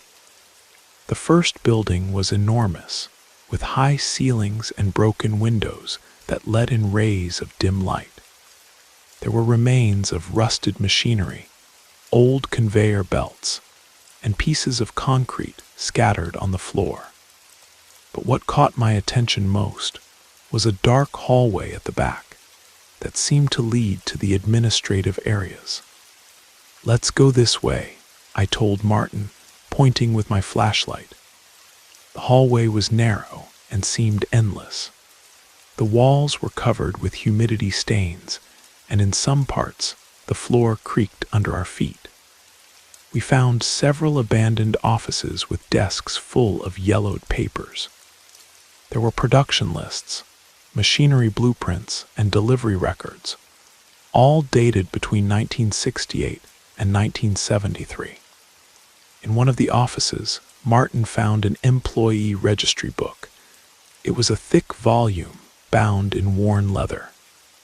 Upon opening it, we noticed something strange. The first pages were filled with names, positions, and entry dates. But toward the middle of the book, many of the entries were crossed out with red ink. "Look at this, Lewis. There are dates and names, but there are also codes. What do you think they mean?" Martin asked, pointing to the annotations. The codes were confusing, a combination of numbers and letters that didn't seem to follow any logical pattern. But the most disturbing were the notes written in the margins. "Transfer completed, did not report, and urgent relocation." Maybe they were layoffs, I suggested, though something inside me said it wasn't that simple. We continued exploring and reached a section of the building that seemed different. The walls were thicker, made of more solid concrete, and the doors were closed with rusted padlocks. Martin tried to force one of them but couldn't open it. While we were checking, we noticed that one of the doors was slightly ajar. We pushed it carefully and discovered a room that seemed to have been used for storage. There were wooden boxes stacked and covered with dust. Upon opening one, we found what appeared to be files, hundreds of folders full of documents.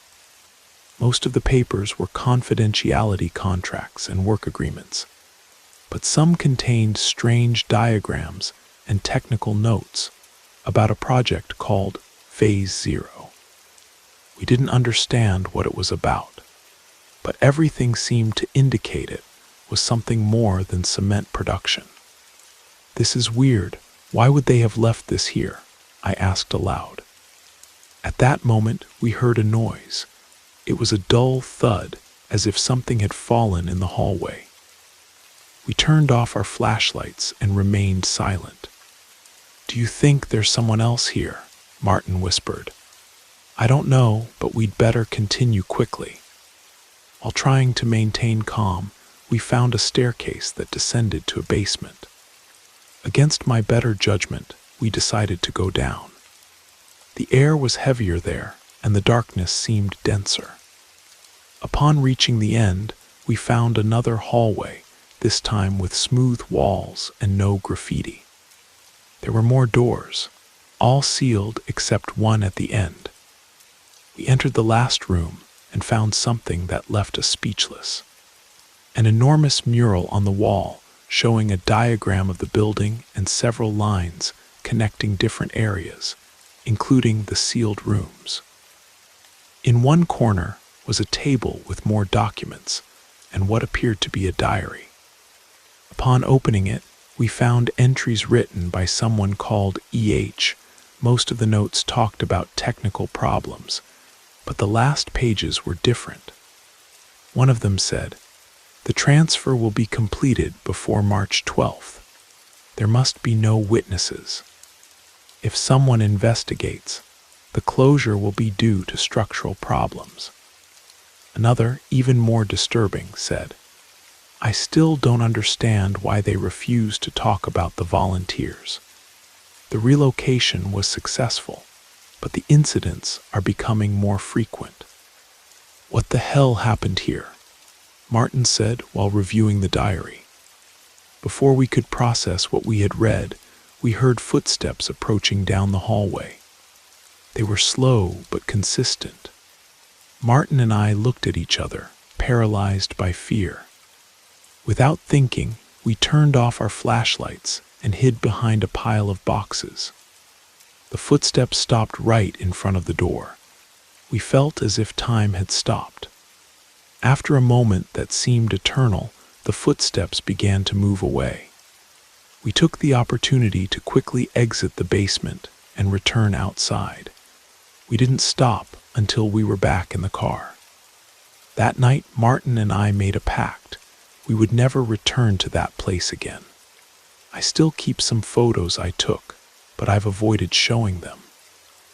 Every time I look at the employee registry or the diary notes, I wonder what the phrases and codes really meant. Some stories, I believe, are better left unresolved. The experience at the cement factory haunted me for weeks. Unlike other explorations, this one left me with more questions than answers, and the unsettling feeling that we had stumbled upon something we weren't supposed to find. I tried researching the history of the factory online, but information was scarce. The few mentions I found were brief news articles about its closure in 1973, citing economic difficulties and safety concerns. Nothing about Phase Zero, nothing about the mysterious transfers or relocations mentioned in the diary. Martin seemed to handle it better than I did, or at least he pretended to. When I called him a few days later to discuss what we'd found, he brushed it off. Look, Lewis, old factories have weird paperwork all the time. Maybe it was some corporate restructuring thing, or they were moving equipment to other facilities. You're overthinking it. But I couldn't shake the image of those red-crossed names in the registry, or the urgent tone of the handwritten notes. The phrase, "There must be no witnesses," particularly stuck with me. Witnesses to what? 2 weeks later, I decided to do something I rarely did. I reached out to someone who might have worked there. Through some genealogy websites and local Facebook groups, I found a man named Robert Hayes who had listed the cement factory as a former workplace on his profile. He was in his 70s now, living in a retirement community in Round Rock.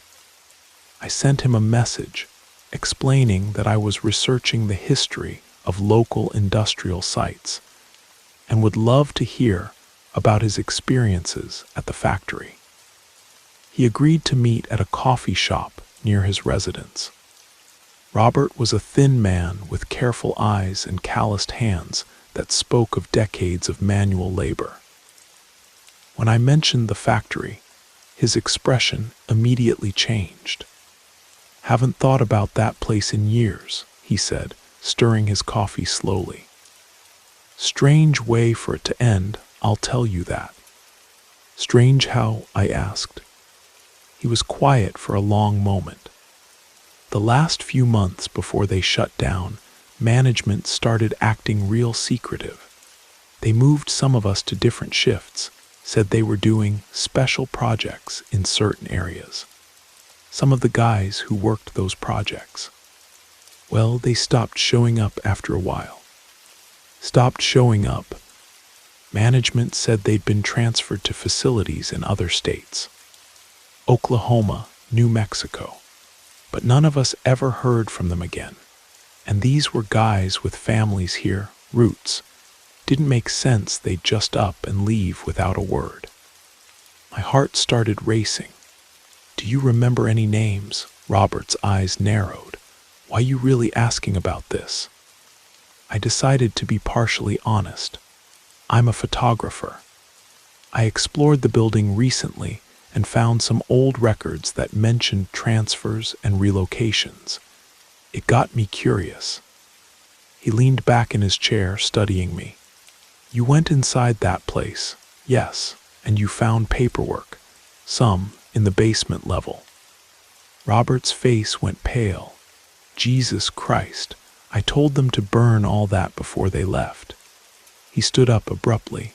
This conversation is over. Wait, please. Just tell me what Phase 0 was. He stopped but didn't turn around. Some things are better left buried, son. You seem like a decent kid. Take my advice, forget what you saw in there, and don't go back. He walked away, leaving me with more questions than ever. That night I couldn't sleep. I kept thinking about Robert's reaction, the fear in his eyes when I mentioned the basement paperwork. What had they been trying to hide? What was Phase 0? Against my better judgment, I decided to return to the factory one more time, alone. I needed to see if there was anything else in that basement room, any other clues that might explain what had happened to those missing workers. I went back on an overcast Thursday afternoon, when the gray sky made everything look more ominous. The building seemed even more imposing in the dim light. As I approached the entrance we had used before, I noticed something that made my blood run cold: fresh tire tracks in the dirt outside. Someone else had been here recently. I almost turned back, but curiosity won over caution.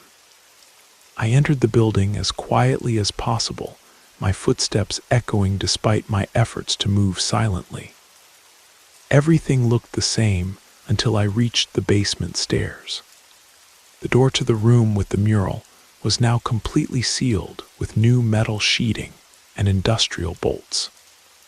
Someone had clearly been here after our visit and decided to permanently close off that area. But they had missed something. In my haste to leave during our first visit, I had dropped one of the documents from the desk. It was now lying on the basement floor, partially hidden under some debris. I picked it up and read it by flashlight. It was a medical report, dated March 1973. The header read, Phase 0 Voluntary Relocation Program Health Assessment. What followed made my hands shake as I read. Subject demonstrates expected neurological adaptation to compound 779. Memory suppression protocols effective. Subject shows no recollection of previous identity or family connections. Recommend immediate transfer to Facility B for final integration. Note: subject occasionally displays signs of distress during sleep cycles, possibly indicating incomplete memory erasure. Increase dosage if symptoms persist. The document was signed by someone with the initials Dr. MK. I photographed the document quickly and left the building, my mind racing. This wasn't about layoffs or corporate restructuring. The factory had been conducting some kind of human experimentation, using their own workers as test subjects. The transfers and relocations weren't job reassignments. They were something far more sinister. When I got home, I tried to research Dr. MK and any connection to psychological or memory research in the early 70s. What I found chilled me to the bone.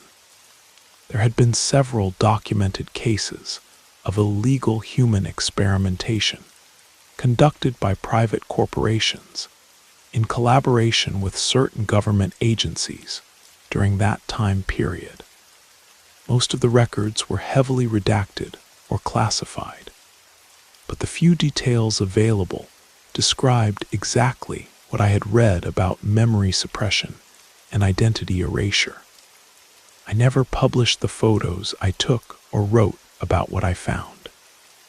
Some stories are too dangerous to tell, especially when they involve people who clearly have the resources and willingness to cover their tracks decades later. But I kept that medical report. It's hidden away now, insurance in case something happens to me. Because sometimes, late at night, I wonder if they know I was there. I wonder if they know what I found. And I wonder how many other abandoned places across the country are really just elaborate cover-ups for things that should never have happened. Martin and I never spoke about the factory again.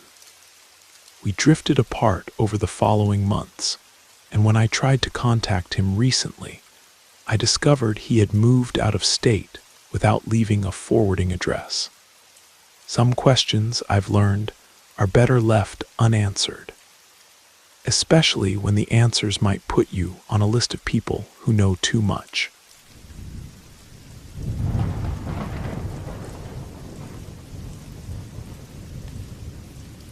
My name is Mario Ochoa, and until a few years ago, I lived in San Diego, where I was born and raised.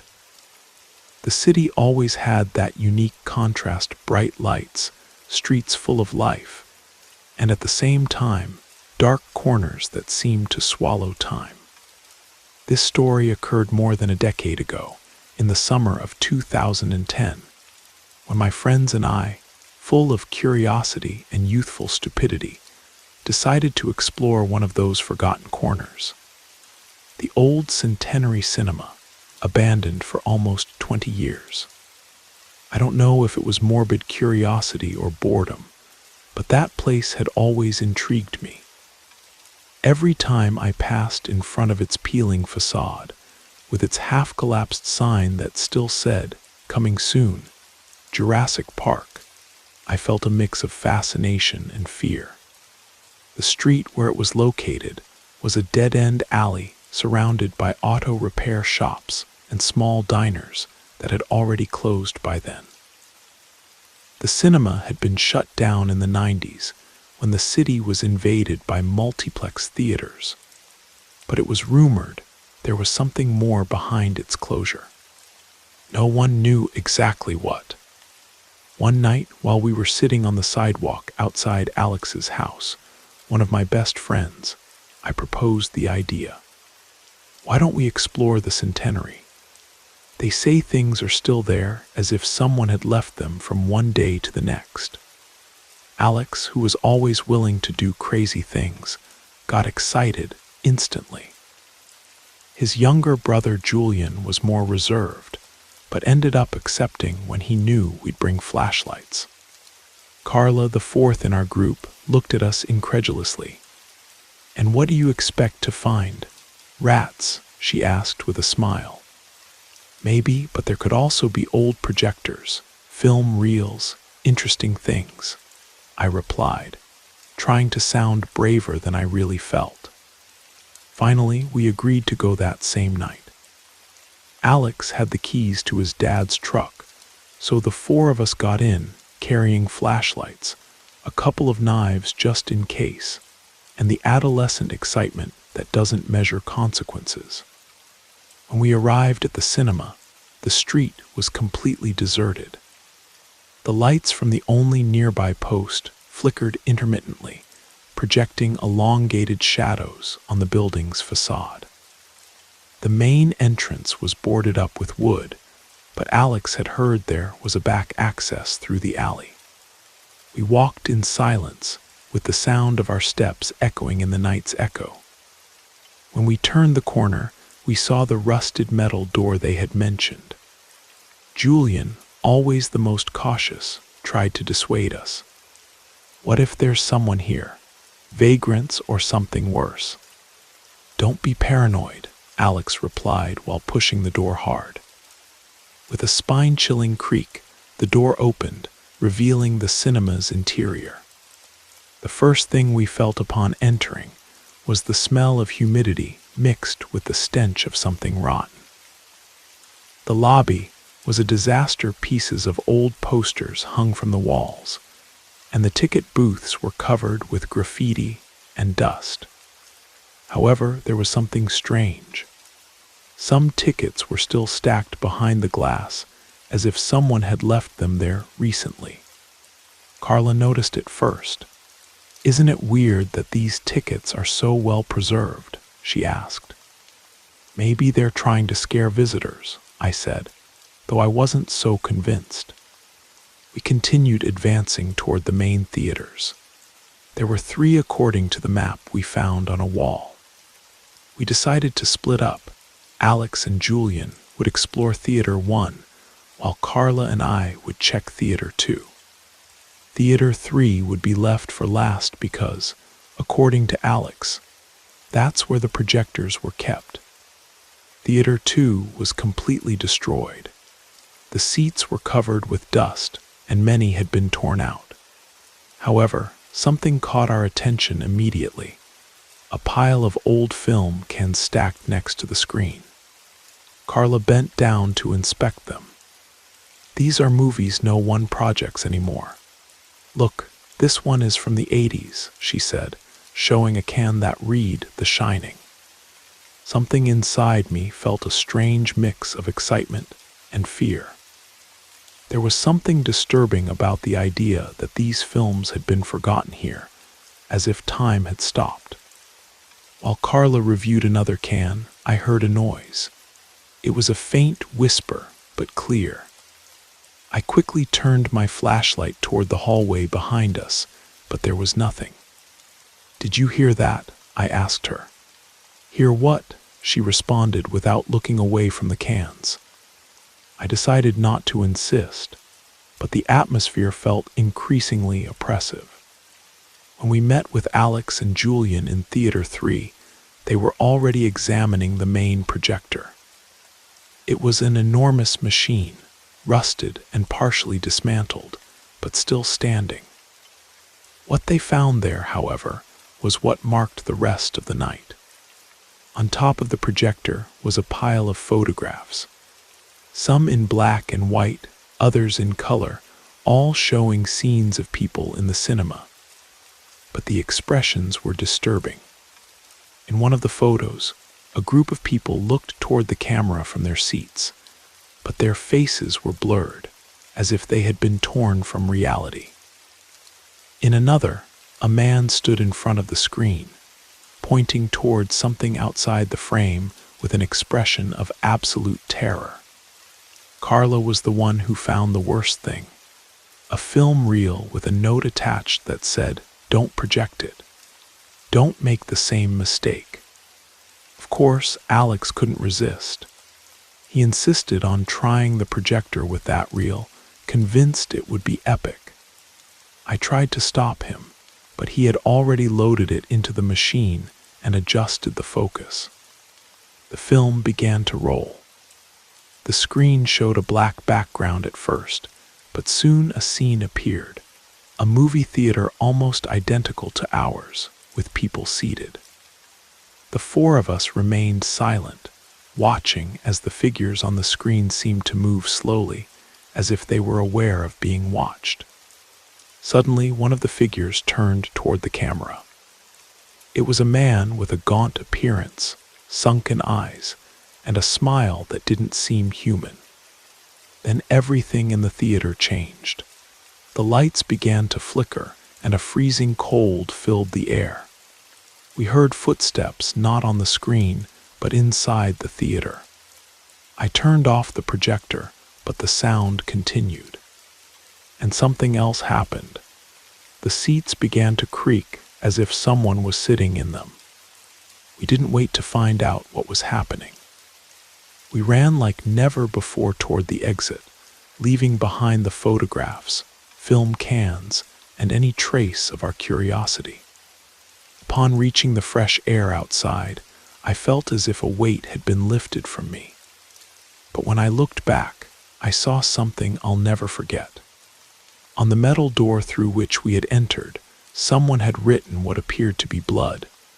"The cinema is never empty." Since that night, none of us mentioned what happened again. We avoided the area completely, but occasionally, in my dreams, I see that film projecting again, and the blurred faces in the photographs seemed clearer each time. The weeks following our experience at the Centenary Cinema passed in a strange haze. None of us talked about what we'd seen, but I could tell it had affected each of my friends differently. Alex became more withdrawn, spending most of his time at home instead of his usual social butterfly routine. Julian developed what his parents called night terrors, waking up screaming about shadows in his room. Carla seemed the least affected outwardly, but I noticed she had started wearing a small silver cross necklace that she claimed her grandmother had given her for protection. As for me, I found myself obsessively researching the history of the Centenary Cinema. What I discovered only deepened my unease. The theater had indeed closed in 1993, but not just because of competition from multiplexes. I found a brief newspaper article buried in the San Diego Tribune archives that mentioned a tragic incident involving multiple casualties during what was supposed to be the final screening. The details were frustratingly vague. The article mentioned that several patrons were found in an unresponsive state, and that the cause of the incident remains under investigation. But what really chilled me was a follow-up article I found from 2 weeks later.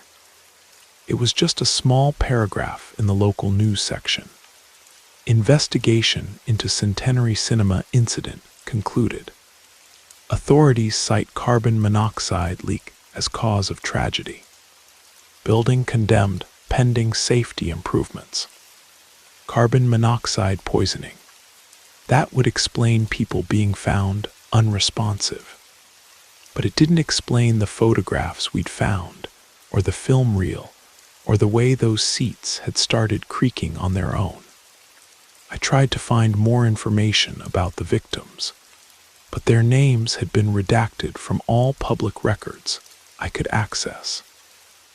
It was as if someone had deliberately scrubbed the details of what happened that night in 1993.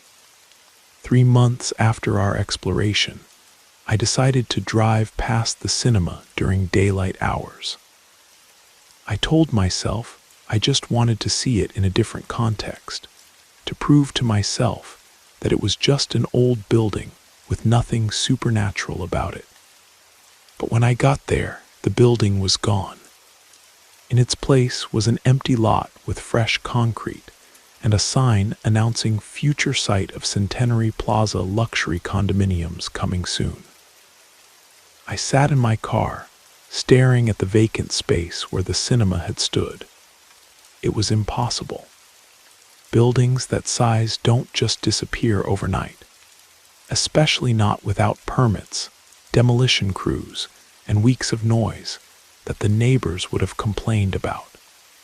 I drove to the nearest auto shop that had been there for decades and asked the elderly mechanic if he remembered when they tore down the cinema. He looked at me strangely. "What cinema, son? There ain't been no cinema on that block for as long as I've been here. That lot's been empty since I opened this shop in '87. I showed him a photo I'd taken of the building facade on my phone during our visit. He studied it carefully, then handed my phone back with a shake of his head. "Must be from somewhere else. That's not from around here." I left the shop feeling like I was losing my mind. I called Alex, but his number was disconnected. When I drove to his house, a different family was living there.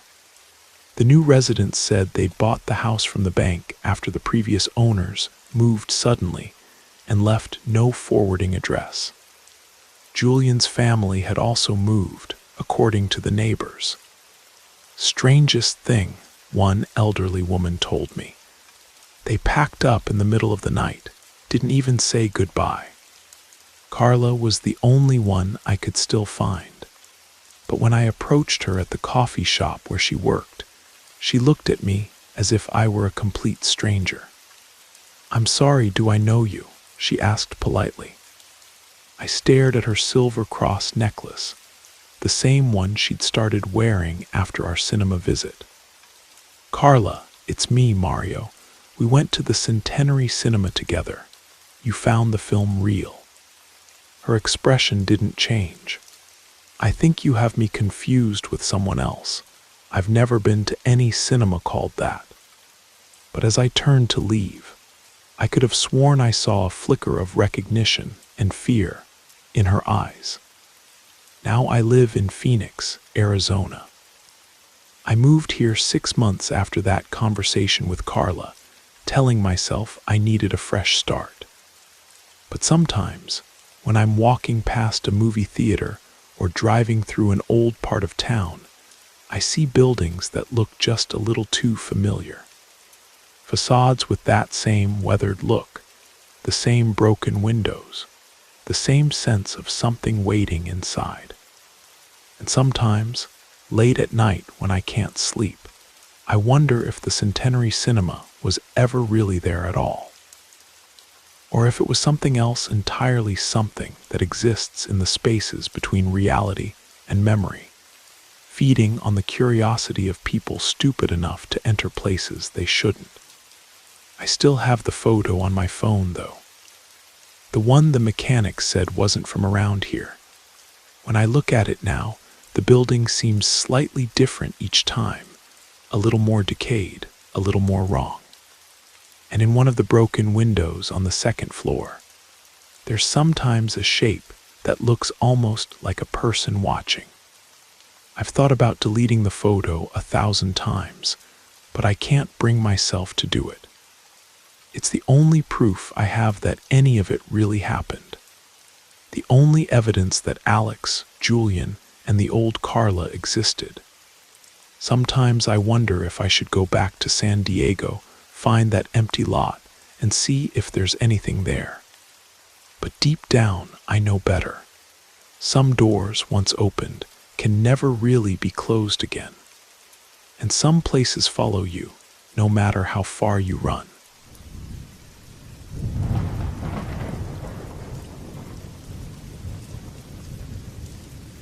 I was 5 years old. My brothers were 14 and 18 when this happened in 1970. My then 18-year-old brother was interested in the occult and searching for deeper meaning in life. For Christmas that year, both brothers received a Ouija board from Milton Bradley. They immediately unpacked the boards and got started. Even at 5 years old, I already thought this can't end well. Later, I could see with my own eyes what damage it had caused. After just the first few times they used the board, we immediately saw entities moving through the house, back and forth, everywhere. I saw a figure in the shape of a teenage boy running up and down the stairs. Doors slammed shut at all hours of the day and night. I was sitting there once, watching Looney Tunes, when I felt an invisible hand grab my upper arm and press its fingers firmly into my flesh, quite painfully. I went to the kitchen where my mother was cooking dinner and told her about it. She looked at my arm and saw that there were red fingerprints there, not in the direction of my own hand. She was sure it wasn't me. She looked pretty disturbed. The next day, bruises were visible. My mother examined it again and didn't like what she saw. Then I heard nightly footsteps on the wooden floor coming toward me. When I slept, I was awakened by a hoarse voice directly at my ear. I felt hot breath on my ear, but no one was physically present. I had terrible nightmares. My brothers had similar experiences. This thing was simply a beast, an angry beast. It took several years before we could drive this angry something out of the house again. Later, a good friend of mine wanted to experiment with an Ouija board. I gave her one of the old boards and repressed all the things that had happened to us back then. My friend made contact with an entity that hadn't had physical life since the Middle Ages. Long story short, she had an experience that was anything but harmless. After lighting a candle to speak with this disembodied soul, her blouse caught fire and her chest was burned. She didn't tell her mother anything about it because her mother was a very strict Catholic from Spain and would probably have hit her with the hard side of a hairbrush if she had found out. So she treated her burn wound with vitamin E cream and gauze bandages and just hoped for the best. That was the 8th and last time I had anything to do with an Ouija board. I was around 12 at the time. Since then, I have never touched an Ouija board again, and I have never allowed my daughters to bring one into the house. The memory of that invisible hand grabbing my 5-year-old arm still haunts me. The pressure was so real, so deliberate, so angry. My mother's face, when she saw those fingerprints that couldn't possibly be mine, still gives me chills. What started as my brother's innocent exploration of the supernatural turned our childhood home into a battleground. The entity they contacted wasn't just mischievous, it was malevolent. It targeted the youngest and most vulnerable member of our family. Even now, decades later, I can still feel that cold, invisible grip on my arm and hear that raspy whisper in my ear.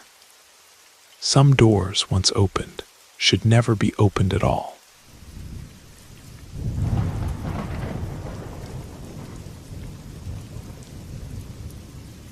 Almost 5 years ago, when I was 16, I played with an Ouija board and it went terribly wrong.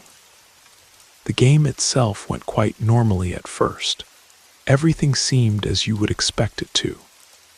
But later that night, around 3 or 4 in the morning, bad things started happening to me. I don't want to drag this out unnecessarily or go into detail. But when I was on my phone around 3 o'clock, my closet door, the door behind which I had hidden the board from my parents, slowly opened by itself.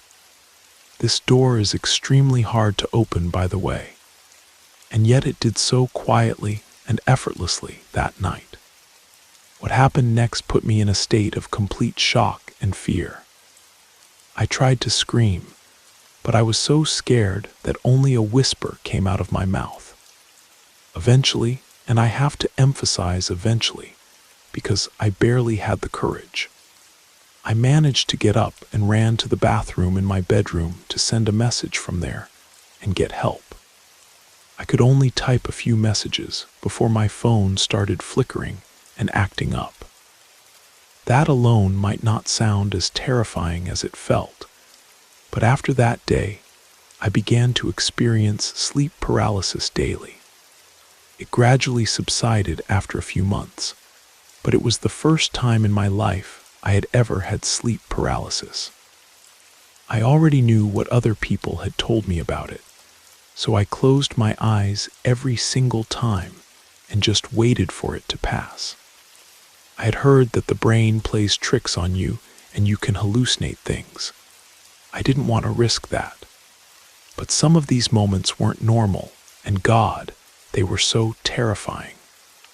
Sometimes I even had the feeling that something worse had happened in the meantime.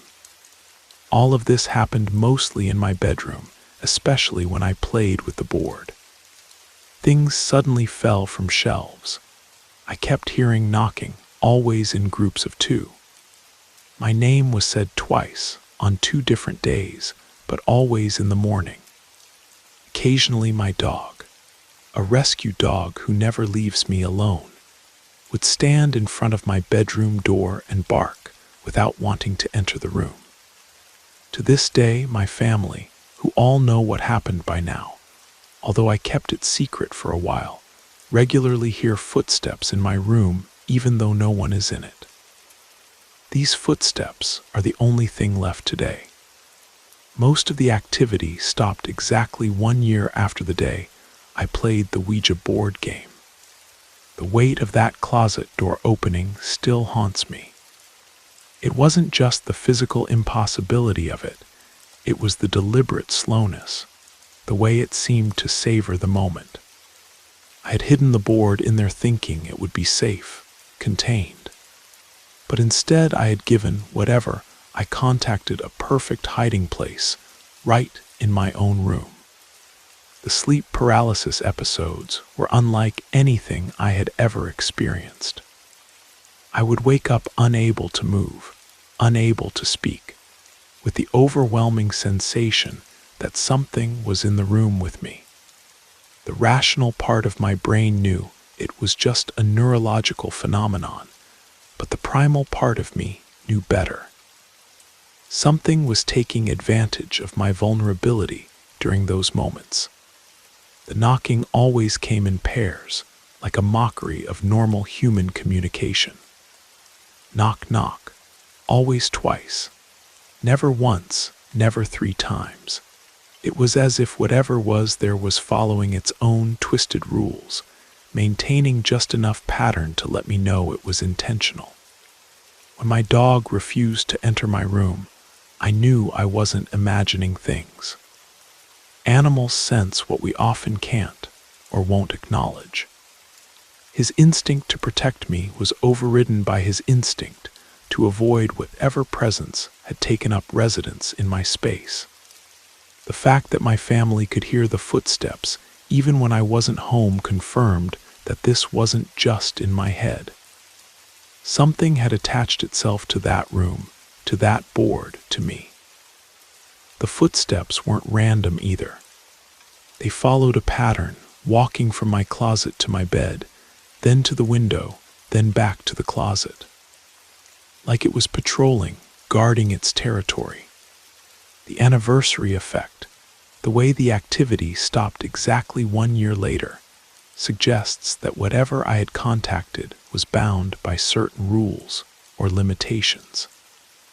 Maybe it could only maintain a foothold in our world for so long. Or maybe it found what it was looking for and moved on to its next victim. I learned that some games aren't worth playing, no matter how curious you are. The board might be just cardboard and plastic, but it's what you invite through it that makes it dangerous. And once you invite something in, it's not always easy to make it leave.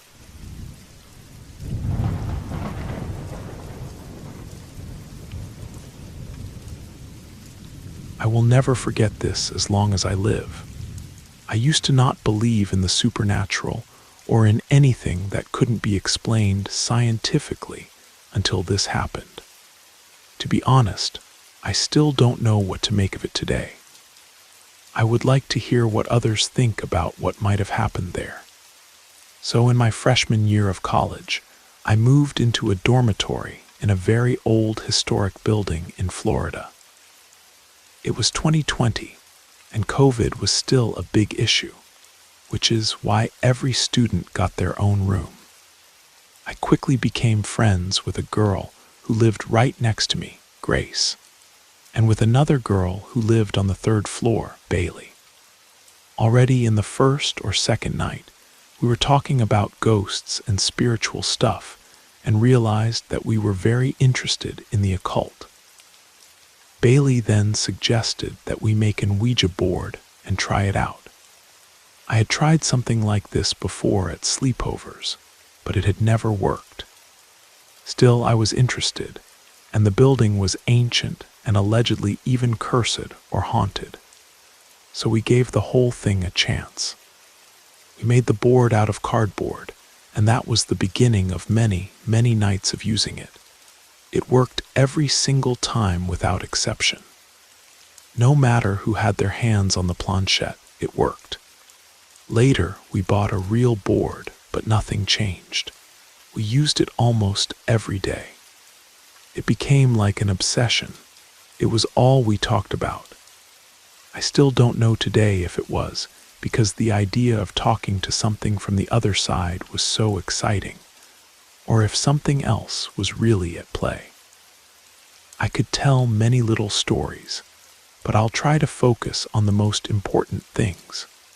We knew it was real on the very first night. We were immediately introduced to the entity on the other side. It called itself Shep. I think we talked to him the whole time. We tested it, for example, by asking for the name of the stepmother of a new friend we had just met. The answer was immediately correct, even though the girl didn't even have her hands on the board. On the second evening, we asked Shep to give us a sign that he was really there. We heard a noise at my locked room door, and when we looked, we saw a shadow as if someone was standing right in front of it. We opened the door, nobody there. When we closed it again, the shadow was gone too. Throughout the semester, little things kept happening. Objects moved around for no reason. The water faucet in the bathroom down the hall turned on and off by itself, even though no one was there. That kind of stuff. After a few weeks, it got really weird. One evening I was playing with Bailey's boyfriend and Grace. Bailey was lying with her head on her boyfriend's lap, so she wasn't touching the board. Suddenly, she had a panic attack, started hyperventilating. We first thought it was just a random panic attack, but she said she could no longer control her eyes, meaning she couldn't control where she was looking. We took her out of the building. She was totally scared, and later she said she had seen someone out of the corner of her eye. When she looked, nobody was there, and she ran screaming out of the building. For some reason, Shep seemed to have turned against Bailey. Not long after that, we were playing again, just us three girls. And Bailey said her back hurt. She asked us to check if she had a bad sunburn in the lower back area. Strange, but that's how she described it, as if there were fresh scratches there. We looked, and yes, it looked like many fresh scratches, even though she wasn't leaning on anything and had both hands on the board. Around this time, Bailey's behavior began to change drastically. In the first months, she had always been calm, down to earth, relaxed, but suddenly she became moody, jealous, possessive. And here I really don't know what to believe anymore. Was it a mental breakdown? Or were they side effects of our nightly activities? I'll probably never know. I remember Bailey yelling at me and angrily stomping up the stairs. I was shocked. Something like that was absolutely untypical for her. In a fight with her boyfriend, she pulled out her hair and hit her head on the floor.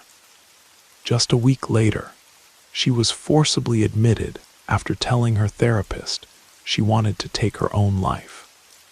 That was naturally very stressful for Grace and me too. Shortly after that, Grace also began to have suicidal thoughts. I don't remember if that started before or after Bailey's breakdown. Then one morning I woke up, looked at my phone, and learned that Grace had been taken to the hospital early in the morning because she had woken up and couldn't breathe anymore. In the end, it turned out to be something with her tonsils, but the timing was strange. Both Grace and Bailey eventually dropped out of college for mental health reasons. I spent the rest of the semester and the following one in the same room. Nothing serious happened to me. In the second semester, I had a roommate. She didn't have any problems either. Sometimes I brought out the board to show curious friends the ghost in my room. Shep was always there, but he didn't do anything except answer through the board. I'm still in contact with Grace and Bailey. Bailey is completely back to her old self, not long after she left the university. Whether that was due to the elimination of university stress, or simply because she had escaped the building, I have no idea. Was she possessed? Who was Shep? Was Shep real? Or did we just imagine him because we desperately wanted to believe in something? I'll probably never get answers to that, but at least I have a pretty good story for parties. What haunts me most about this experience isn't the supernatural activity. It's watching my friends deteriorate before my eyes. Bailey's transformation was so gradual that I didn't notice it at first. She went from being the most stable person in our group to someone I barely recognized. The scratches on her back, the panic attacks, the violent mood swings, they all seemed to coincide with our increased Ouija board usage. The timing of Grace's breathing problems, right after Bailey's breakdown, felt like more than coincidence. It was as if whatever we had been communicating with was methodically targeting each of us, testing our weaknesses, finding ways to cause maximum psychological damage. Shep's knowledge of personal information about people who weren't even present during our sessions was unsettling. How could a cardboard board we made ourselves contain information about a stranger's stepmother? How could it know details about our lives that we hadn't shared with each other? The fact that I was the only one who seemed relatively unaffected makes me wonder if I was being saved for last, or if something about me made me less susceptible to whatever influence was at work. Maybe my skepticism served as a shield, or maybe I was just lucky. Looking back, I think we were dealing with something that fed on emotional instability and mental vulnerability. Bailey and Grace were both dealing with the stress of their first year away from home, the pressure of college, the uncertainty of their futures. They were perfect targets for something that wanted to cause chaos and despair. The old dormitory building, with its history and reputation for being haunted, might have been the perfect environment for such an entity to thrive. Generations of stressed, emotional young people had lived in those rooms, and maybe some of that energy never left.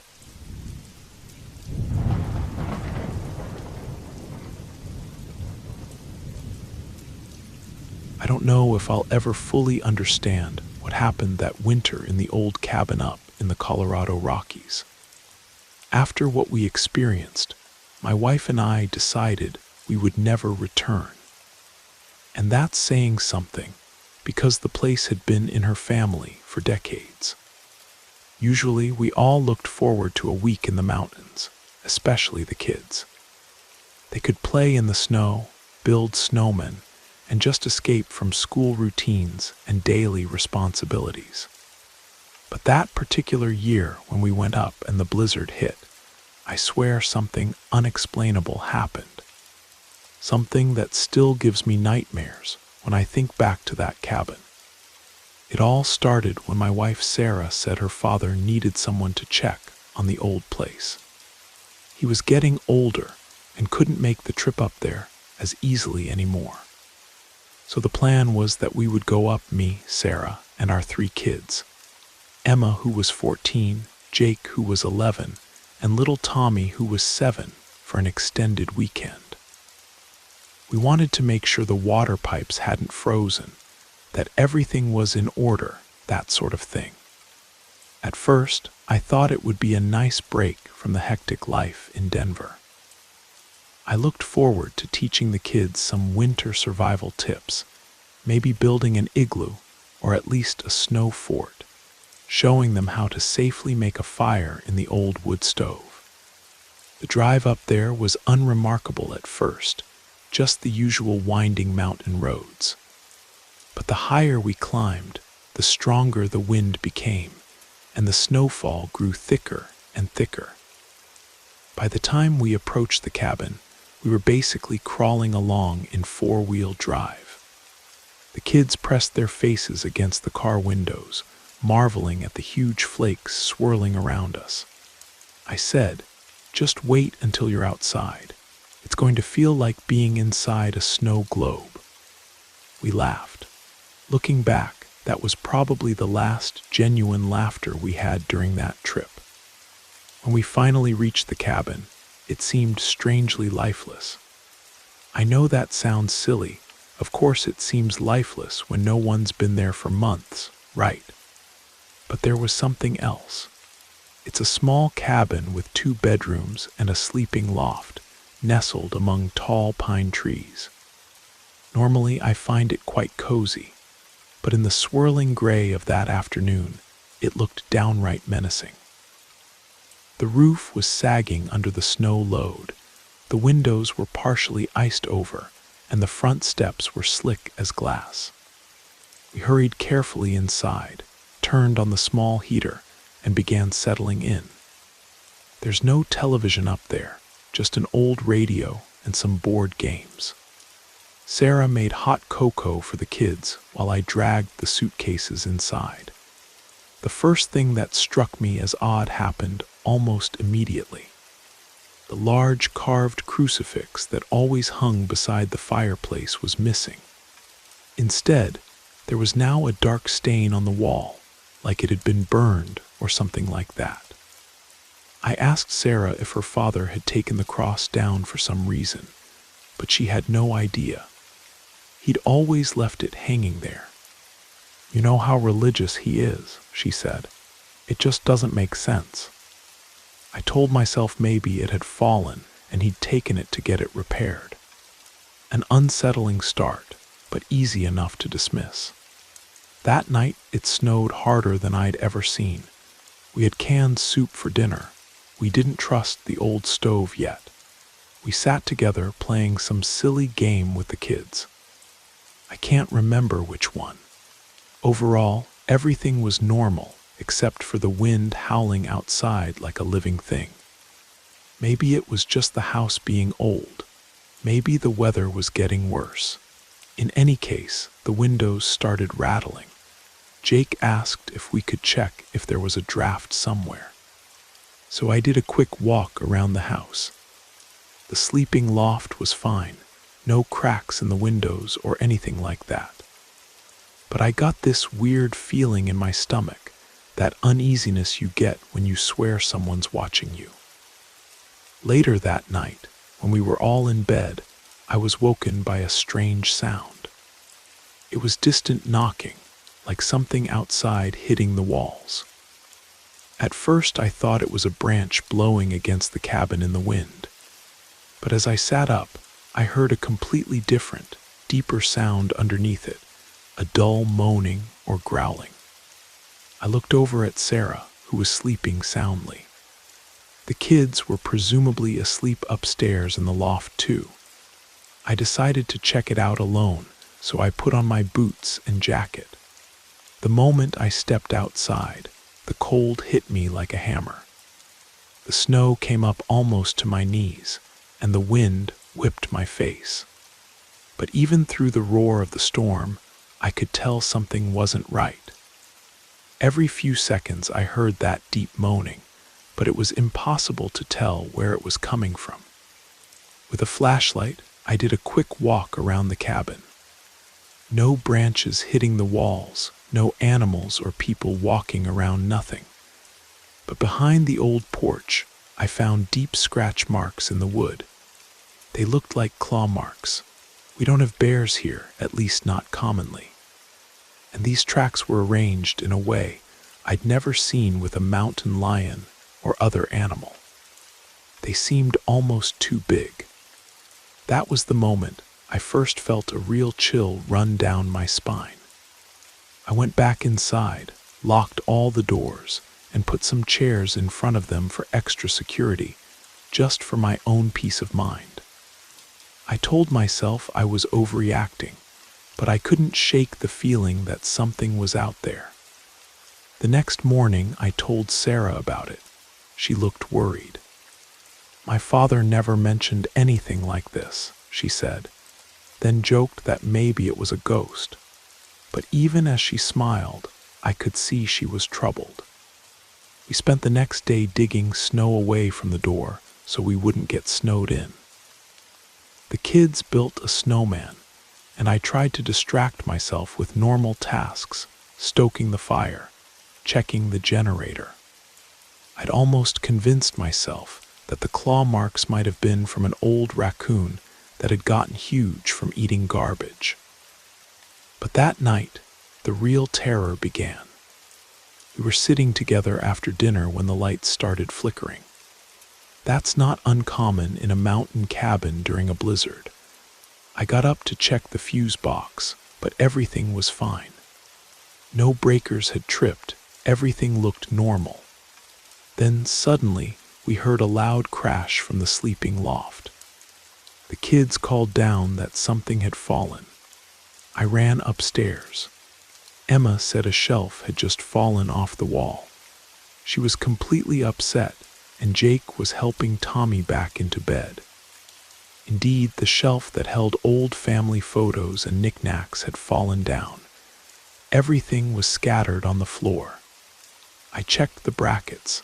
They weren't broken or loose. There was no reason it should have just fallen like that. We cleaned up and tried to keep the mood light, but none of us could ignore the tension. Later, around 11 at night, the kids were in bed. Sarah was reading by the fire, and I was flipping through a magazine when suddenly the radio came on. It had been turned off, and now it was suddenly blaring static, so loud I almost jumped out of my chair. Sarah jumped up too, staring at the radio like it was possessed. I went over and turned the knobs, but the radio shouldn't have had any power because we'd specifically unplugged that outlet to save electricity. And yet it kept crackling with static. For a moment, it seemed like a voice was coming through the static. A few words, incomprehensible, but it made my hair stand on end. I pulled the plug. Even after that, it kept crackling for a moment before it went silent. Sarah asked, "Did you hear that?" It sounded like someone said, "Leave." I nodded, swallowing hard. Less than an hour later, we heard a scream from the sleeping loft. We rushed upstairs. Emma and Jake were standing at the back, pointing to the corner. Emma was crying, Jake was pale, and Tommy had hidden under the covers. They said they'd seen a dark figure, tall and hunched, standing there. The moment they screamed, it vanished. I searched the corner for any sign. Maybe the light had cast a shadow, but there was nothing. I tried to calm them down, talking about shadows cast by the fire, but I didn't believe it myself. We decided to all sleep in the living room. I put extra blankets over the kids, and Sarah and I sat there, dozing but not really sleeping. Around 3 in the morning, I heard the knocking again. This time it sounded like it was coming from inside the walls. I took the flashlight and crept through the cabin. Again and again, I thought I saw something in my peripheral vision, a dark figure moving in the shadows. Twice I spun around quickly with the light, but there was nothing there, just empty rooms. My stomach was in knots. I knew we weren't alone. Shortly before sunrise, the storm let up a bit. I made a decision. We were leaving. I woke Sarah and said we needed to pack. She didn't argue. We woke the kids. They were more than ready to go. The wind had died down enough that we could probably drive back, even if the roads were bad. We packed our things in record time. As I stepped onto the porch, I took one last look into the cabin, and I swear I saw in the flickering light of the dying fire a human-like figure standing in the hallway, faceless except for glowing eyes. It didn't move, didn't run, it just stood there. I slammed the door shut. My heart was racing. We barely made it down the icy roads, sliding almost constantly. But when we finally reached the main highway, I felt enormous relief. The kids were still shaken, but they noticeably relaxed as the cabin disappeared from sight. Sarah and I said we'd explain everything to her father later, but she told me privately, "I never want to go back there again." And I agreed with her. We told her father everything: the missing crucifix, the possessed radio, the falling shelf, the knocking in the walls, the shadow figure.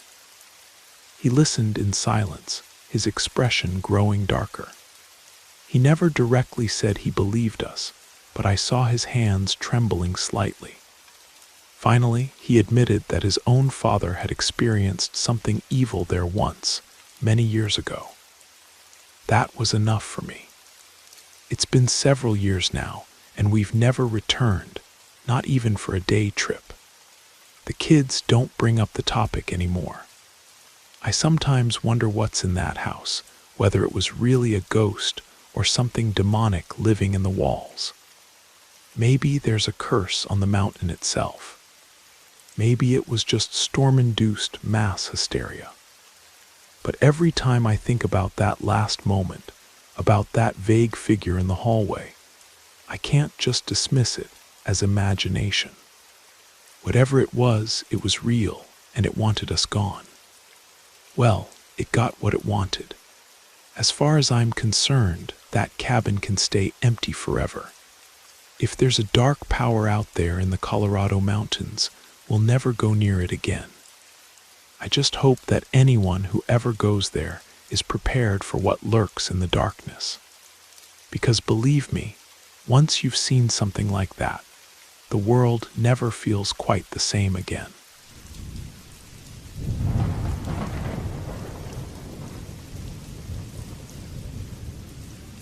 I hesitate to tell this story because I don't want to contribute to further stigmatizing the Ouija board.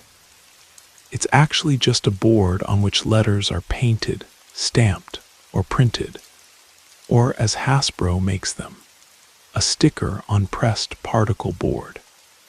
It's not a portal or gate, and nothing lives in it. There would hardly be room for that. Energy feeds on energy, and since the board is an inanimate object, it cannot give off its own energy. This comes exclusively from those who use the board. I got my first Ouija board from my grandmother, I think for my 14th birthday. She has a thing for strange birthday gifts. A group of neighborhood kids was at my house, and we were bored, just hanging around in my room. We didn't know what to do, so we chatted about everything kids talk about. One of the girls was curious and searched through my closet. She discovered the board, came out all excited, and asked if we could try it. I said, sure, why not? Two of them sat across from each other, put their fingers on the planchette, and started asking questions. Silly questions like, does so-and-so like me? Or does he have a girlfriend? That didn't end well when the planchette first pointed to no, then went back briefly and pointed to no again. The girl was disappointed and didn't want to play anymore. Then it was my turn with someone else. I don't remember what she asked, but the planchette didn't move. She got frustrated, got up, and someone else sat down. From here it got weird. The girl who sat down newly asked if she could speak to her grandmother who had recently died. She missed her very much. The planchette pointed to yes. Then the planchette began to move in a figure 8, first slowly, then faster and faster, until it stopped abruptly. The girl asked, "Grandma, are you there?" Answer, "Yes and no," she asked. "Then who are we talking to?" And that was the moment. The planchette spelled out DVIL. A rocking chair on the other side of the room began to move by itself. Fast. The girls screamed, ran like a herd out of my room and out of the house. Fortunately, no parents were home at the time. They didn't tell their parents immediately, but later that night they all had nightmares and then had to tell. Their mothers called my mother, upset. Apparently, the fathers found it funny, but the mothers did not. I got in trouble, even though I wasn't the one who had taken the board out of the closet. And I said that too, but it didn't matter. House arrest. The nightmares weren't the only thing they experienced. In retrospect, I think they exaggerated somewhat. They heard things, felt things that scared them so much that they slept in their parents' bedroom for a week. I think that annoyed their mothers more than the board itself. They weren't allowed to play with me anymore. When I think about it today, I think we kids were tricked by a mischievous spirit back then who knew exactly what to say to scare us. And it worked. Apart from the house arrest and the rocking chair that moved by itself, nothing else happened to me at that time. I had no nightmares. The only nightmare was my mother. But after that, a few things happened that really scared me, and I'm actually hard to scare. Once there was something in the corner of my room. I woke up and saw my otherwise very calm cat growling, hissing, and spitting toward the corner at something only she could see. I was 16 at the time. The last encounter I had with a shadow man was last August. These two events were the most frightening. Some believe that the so-called ideomotor effect causes the movement of the planchette. I think we were just hormone-loaded teenagers and made an unconscious psychic connection. Or we really caught a trickster. The memory of that rocking chair moving by itself still haunts me. It wasn't just a gentle rock back and forth. It was moving with such force and speed that it should have tipped over. But it didn't.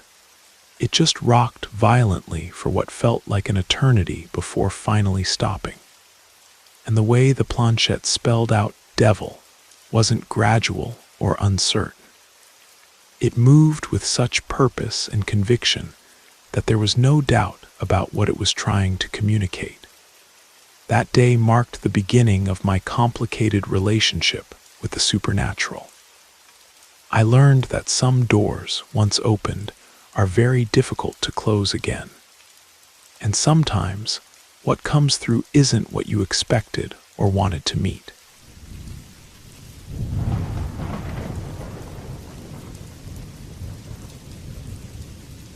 I'm writing this a few days later. We've had an even stronger experience with the board since then. I don't know how to explain it, but I swear none of us could have influenced the other. We immediately recorded a voice memo after the session. We were completely shaken. Fourth, I spoke with my grandmother. She couldn't remember where she died, whether in bed, on the couch, on the floor. I asked many targeted questions. My friend couldn't possibly know that my grandmother was too high to escape from her burning apartment. Alex's hand began to sweat, dripping like condensation. By the end, there was literally a puddle on the board. I asked for the first letter of the child who was in an old photo with her. She answered correctly with P for my oldest brother.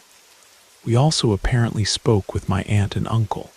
When asked what cigarettes he smoked, D for decades.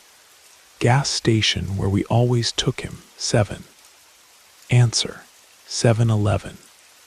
I'll spare you more evidence, but these were questions that only the respective person could have known. Number of sodas in the fridge, 12. We went upstairs, counted 11. Then we found a 12th can behind the milk hidden by my brother. We almost died of fright.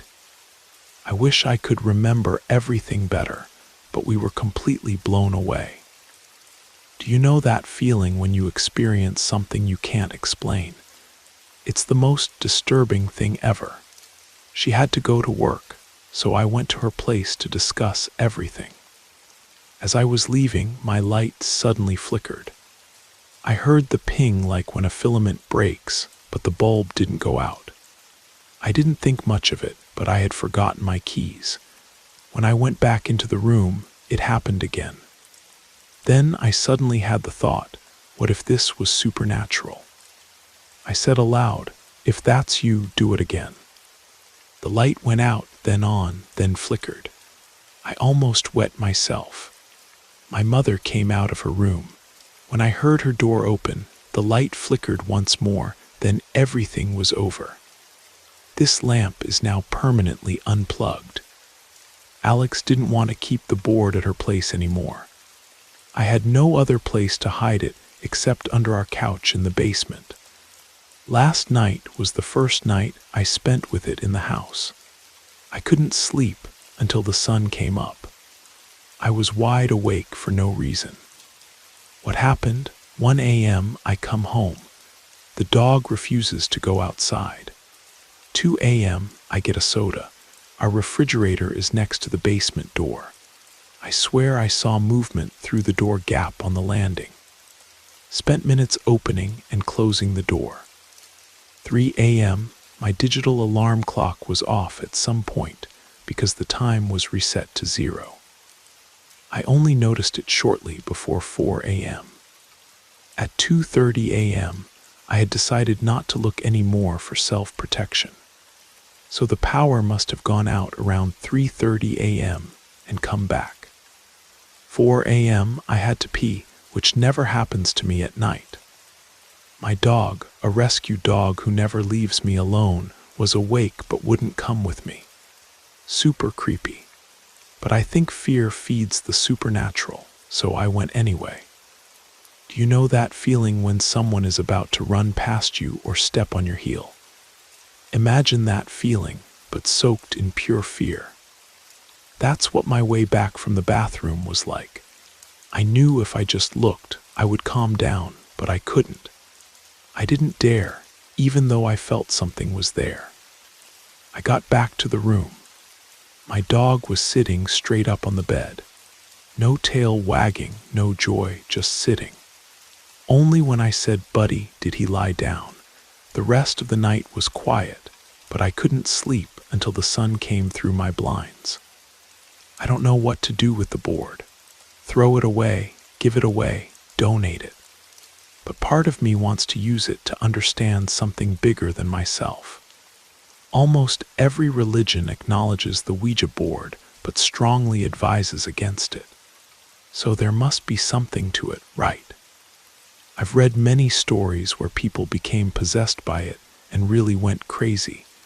But I want to explore this, know how it works, why and how it works. Maybe it really is hereditary. I just want to know how the hell everything could happen. The puddle of sweat that formed under Alex's hand during our session wasn't normal perspiration. It was cold, clammy, and appeared so suddenly that it was as if something was using her body to manifest physically in our world. The way her hand moved without her conscious control, spelling out answers to questions she couldn't possibly know, convinced me that we were dealing with something real. My grandmother's inability to remember where she died made perfect sense when I thought about it. She had been so high when the fire started that her final moments were probably a confused blur. But the specific details about my uncle's cigarettes, the gas station, my brother's hidden soda can, these weren't things you could guess or deduce. They were precise, personal facts that only family members would know. The electrical disturbances that followed our session felt like a signature, a way for the entities we had contacted to let us know they were still around. When I challenged the flickering light to repeat itself, I was testing the boundaries between the living and the dead. The immediate response, the deliberate pattern of off, on, flicker, left no doubt that something was actively communicating with me. My dog's behavior was perhaps the most telling aspect of that night. Animals sense things we can't, and his refusal to accompany me to the bathroom, his rigid posture on the bed, his need for verbal reassurance before relaxing, all pointed to the presence of something he could perceive, but I couldn't see. The basement of our house, with its history of trauma and supernatural activity, had become a focal point for whatever energies we had stirred up. My mother's childhood experiences, my grandmother's involvement with witchcraft, the generational pattern of paranormal encounters, all suggested that our family had been marked by something that passed from one generation to the next. The Ouija board hadn't created these entities or opened a new portal. It had simply provided a means of communication with forces that had already been present in our lives, in our home, in our bloodline. The board was a tool, but the real power came from the long history of contact between our family and the supernatural world. I realized that my obsession with the board, my need to understand how it worked, wasn't just curiosity. It was a compulsion, inherited from my grandmother and passed down through my mother's line. We were drawn to the occult not by choice, but by destiny. The board was calling to me the same way it had called to my ancestors. But understanding this didn't make it less dangerous. If anything, it made it more so. I was walking a path that had destroyed other members of my family, and I was doing it willingly, knowingly, because I couldn't resist the pull of the unknown. The board had become my inheritance, my burden, my destiny.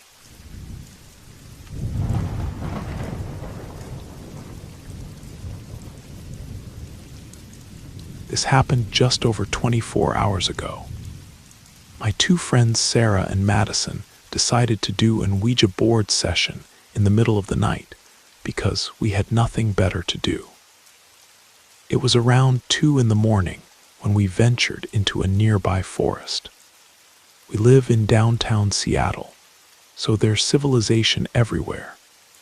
But there are also many small patches of nature and woodland scattered throughout the city. To give you some context, Sarah and Madison had done a Ouija session together a few weeks earlier at this exact same spot. During that session, they made contact with something that claimed to be Caleb.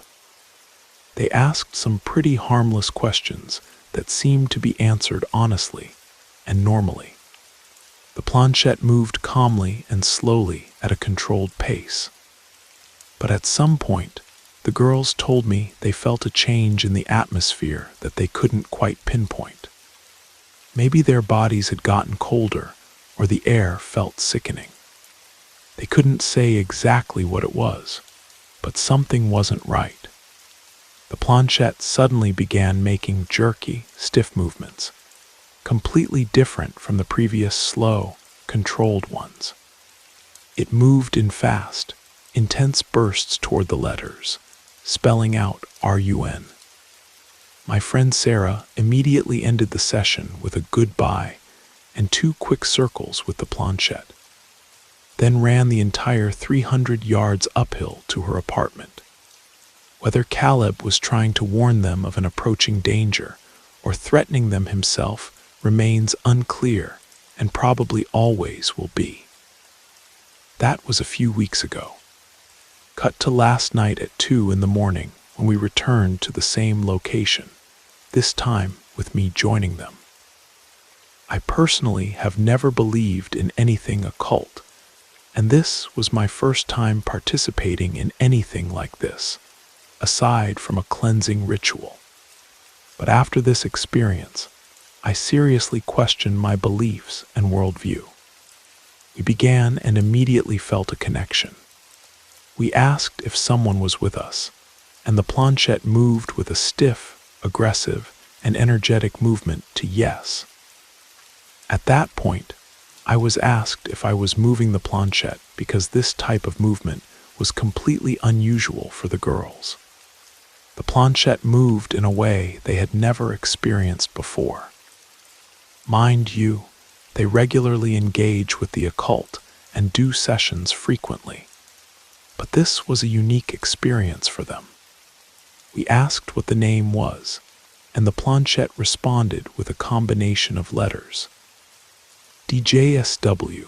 I'm not entirely sure if that's 100% correct, but I remember those letters. We asked if DJSW was its name, and the answer was MXV. The next question was, how old are you?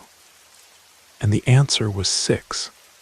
We asked a few more questions that I don't remember. The answers were meaningless gibberish, notably often consisting only of Roman numerals. 2 more answers also contained the number 6, so we got the number 6 3 times. I made a mental note of that, though my friend didn't seem to notice. Then we felt a change in energy that the girls described as identical to what they had experienced during the last session. One of my friends literally froze. Her eyes were empty, her skin ice cold, as if she had gone into a panic state. She began whispering something to the other girl. When I leaned forward to hear what she was saying, she whispered, "Behind you." My other friend didn't turn around, but looked directly into her eyes and got goosebumps all over her body. I immediately turned around to look behind my friend and behind myself as well, but I saw nothing. Still, even though no one saw anything or said anything, I could tell from my friends' reactions that they were serious and not joking. To say we were scared would be an understatement. I looked behind us every few seconds. We had to continue with the session since we hadn't said goodbye yet. We asked the entity to repeat its name and birth date to get a clearer answer. It spelled out Aka as the name, and then 125 for the birth year. This was followed by the statement, year 125. Before or after Christ, we quickly realized we needed to phrase the question better. So we asked again, "Were you born in the year 125 before Christ?" Answer, "Yes." While we were still discussing this, still full of fear, the planchette began moving again, and this time spelled Keha. We asked, "Is that your last name?" Answer, "Yes."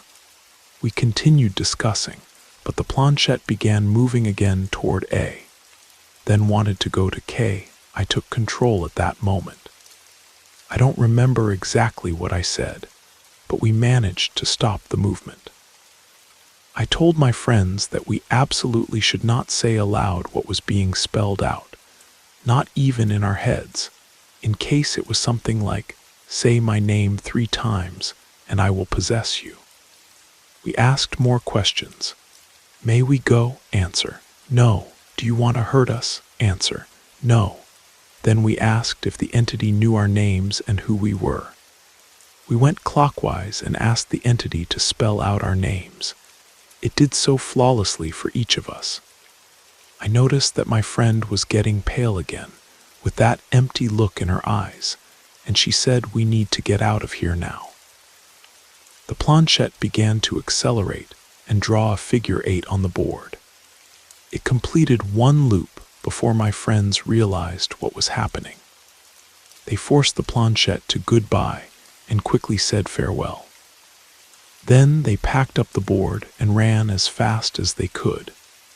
The first girl, the one who had said "behind you," later explained that she had seen a large dark figure. A completely black silhouette with long fingers or claws standing right next to the other girl. You have to remember, it was 2 in the morning, pitch black in the forest. Only what was within about 10 feet around us was visible through our flashlight. We were later told that the movement in a figure 8 is an attempt to break through into our world, a sign of infinity or a cross-dimensional transition. One of the girls later Googled the name, and apparently Aka is an alias of some demon or something, allegedly a very powerful one with the name A something US, who was first written about between 122 and 121 before Christ. None of us knew this beforehand. That's why we're pretty sure the ideomotor effect doesn't apply here, because none of our subconscious minds could have provided information we didn't have. In addition, during the last 3 sessions the girls have done, they reported that immediately afterward they became completely drained of energy, fell asleep, or behaved strangely and felt foreign to themselves. They also reported light switches that turned themselves on and off for both small and large lamps, as well as fainting spells.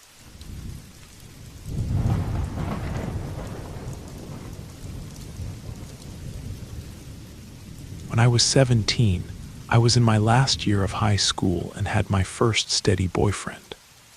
We were both very curious to find out if the Ouija board really worked, so we bought one. My bedroom was in the basement, and we had set up the board on my bed. It was almost midnight. We lit candles, turned off the lights, and sat cross-legged on each side of the board. We were supposed to concentrate on a question, while lightly placing our index fingers on the planchette. The question we decided on was, will someone speak with us? We sat there for probably 40 minutes, concentrating on this question, occasionally shaking out our hands because they got tired in that position. After about 40 minutes, the planchette began to vibrate under our fingers. Then it slowly moved to the word yes. We stopped for a moment, looked at each other like, is this real? Then we asked, are you a ghost? It moved away from the word yes, and then back to yes. At that moment, I noticed I was feeling a strange electrical energy flowing through my body. I didn't like that. I had never felt this sensation before or since. We decided to ask, are you friendly? And the planchette moved very quickly to the word no. Now I was completely filled with fear. I called out that I couldn't continue and reached for the board to put it back in the box. But the board wouldn't move, not a millimeter. It felt like it was glued to the bed with cement. I remember pulling at it with my whole body at least 3 times before it suddenly felt like something had detached from the board, and I flew backward, the board in my hands. I slammed it into the box and closed it. My boyfriend's face was chalk white. He said to me, I have to go home. And I said, oh my God, don't leave me alone here. But he left, and this is where it gets really creepy. After I walked him to the door, I went back to my room. Only it didn't look like my room anymore. Don't get me wrong, nothing had changed visually. It was still all my stuff, but I felt like I was in a parallel universe. I felt so far removed from everything that was warm or good. I don't know how else to describe it. I'm not a religious person at all, but I was so beside myself with fear that I didn't know what to do except grab a Bible. I slept with the Bible in my arms with the light on. I actually slept with the light on for a whole week.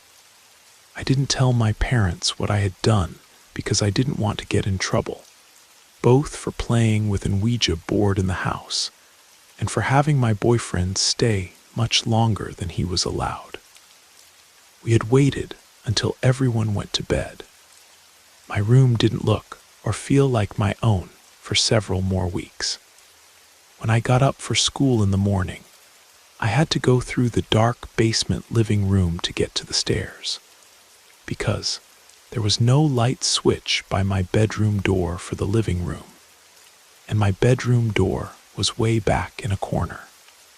So when I opened my door in the morning, the light from my room fell into the darkness of the living room, and for a split second I saw a black cat dart from the light into the darkness. I told myself it was just my eyes playing tricks on me. But after a few weeks, I was sitting with my family at breakfast upstairs when my 7-year-old sister suddenly called out loudly, I keep seeing a black cat in the basement. That confirmed for me that it wasn't a trick of my eyes. About a month after playing with the Ouija board, my father said to me, I don't know why, but the basement and the stairs really have a bad vibe. It bothers me because I liked the house back then, partly because it had good energy. That's when I knew for certain, without a doubt, that everything wasn't just playing out in my head. I had haunted my parents' house through this game. I only found out later that you have to say goodbye to the board before ending the game. I think that had something to do with it. Something else strange happened. I always slept with my bedroom door locked. A few weeks after the game, I woke up in the middle of the night because someone was violently rattling my door handle. The next morning, I asked who had been messing with me, but everyone just looked at me strangely, as if I was crazy to ask such a thing. About 6 months after playing, my stepmother was cleaning house, found the board, and threw it away. After that, things slowly began to calm down, but it took years before the basement felt normal again, and honestly, it never felt the same as before the game. I finally confessed to my father and stepmother what I had done. I didn't get in big trouble, but my father just said, I knew the house felt different. Damn, to this day I feel bad that I brought that energy into the house. After this experience, I want absolutely nothing to do with boards. They are not allowed in my house. I learned my lesson. The sensation of that board being impossibly heavy still haunts me. It wasn't just stuck, it was anchored to reality by something that didn't want to let go. When I pulled at it, I could feel resistance that was intelligent, purposeful. It was like trying to take a bone from a guard dog, something that would fight back with increasing intensity the harder you tried. The electrical energy I felt flowing through my body wasn't pleasant. It was invasive, foreign, like having ice water injected into my veins. My hands tingled, my arms felt numb, and there was this overwhelming sense that something was using my body as a conduit, a doorway into our world. What terrifies me most is how quickly our basement went from being a comfortable hangout space to feeling like a tomb. The air itself felt thicker, colder, hostile. Even my family noticed it without knowing what had happened. My 7-year-old sister's innocent observation about the black cat confirmed what I already knew but didn't want to admit, that we had opened a door that night, and something had walked through it. The fact that throwing away the board eventually helped suggests that these objects really can become anchors for unwanted presences. But the damage was already done. Our house was never the same, and neither was I. I learned that some games aren't games at all. They're invitations to forces that have their own agenda, their own hunger, and their own ways of making themselves at home in your life.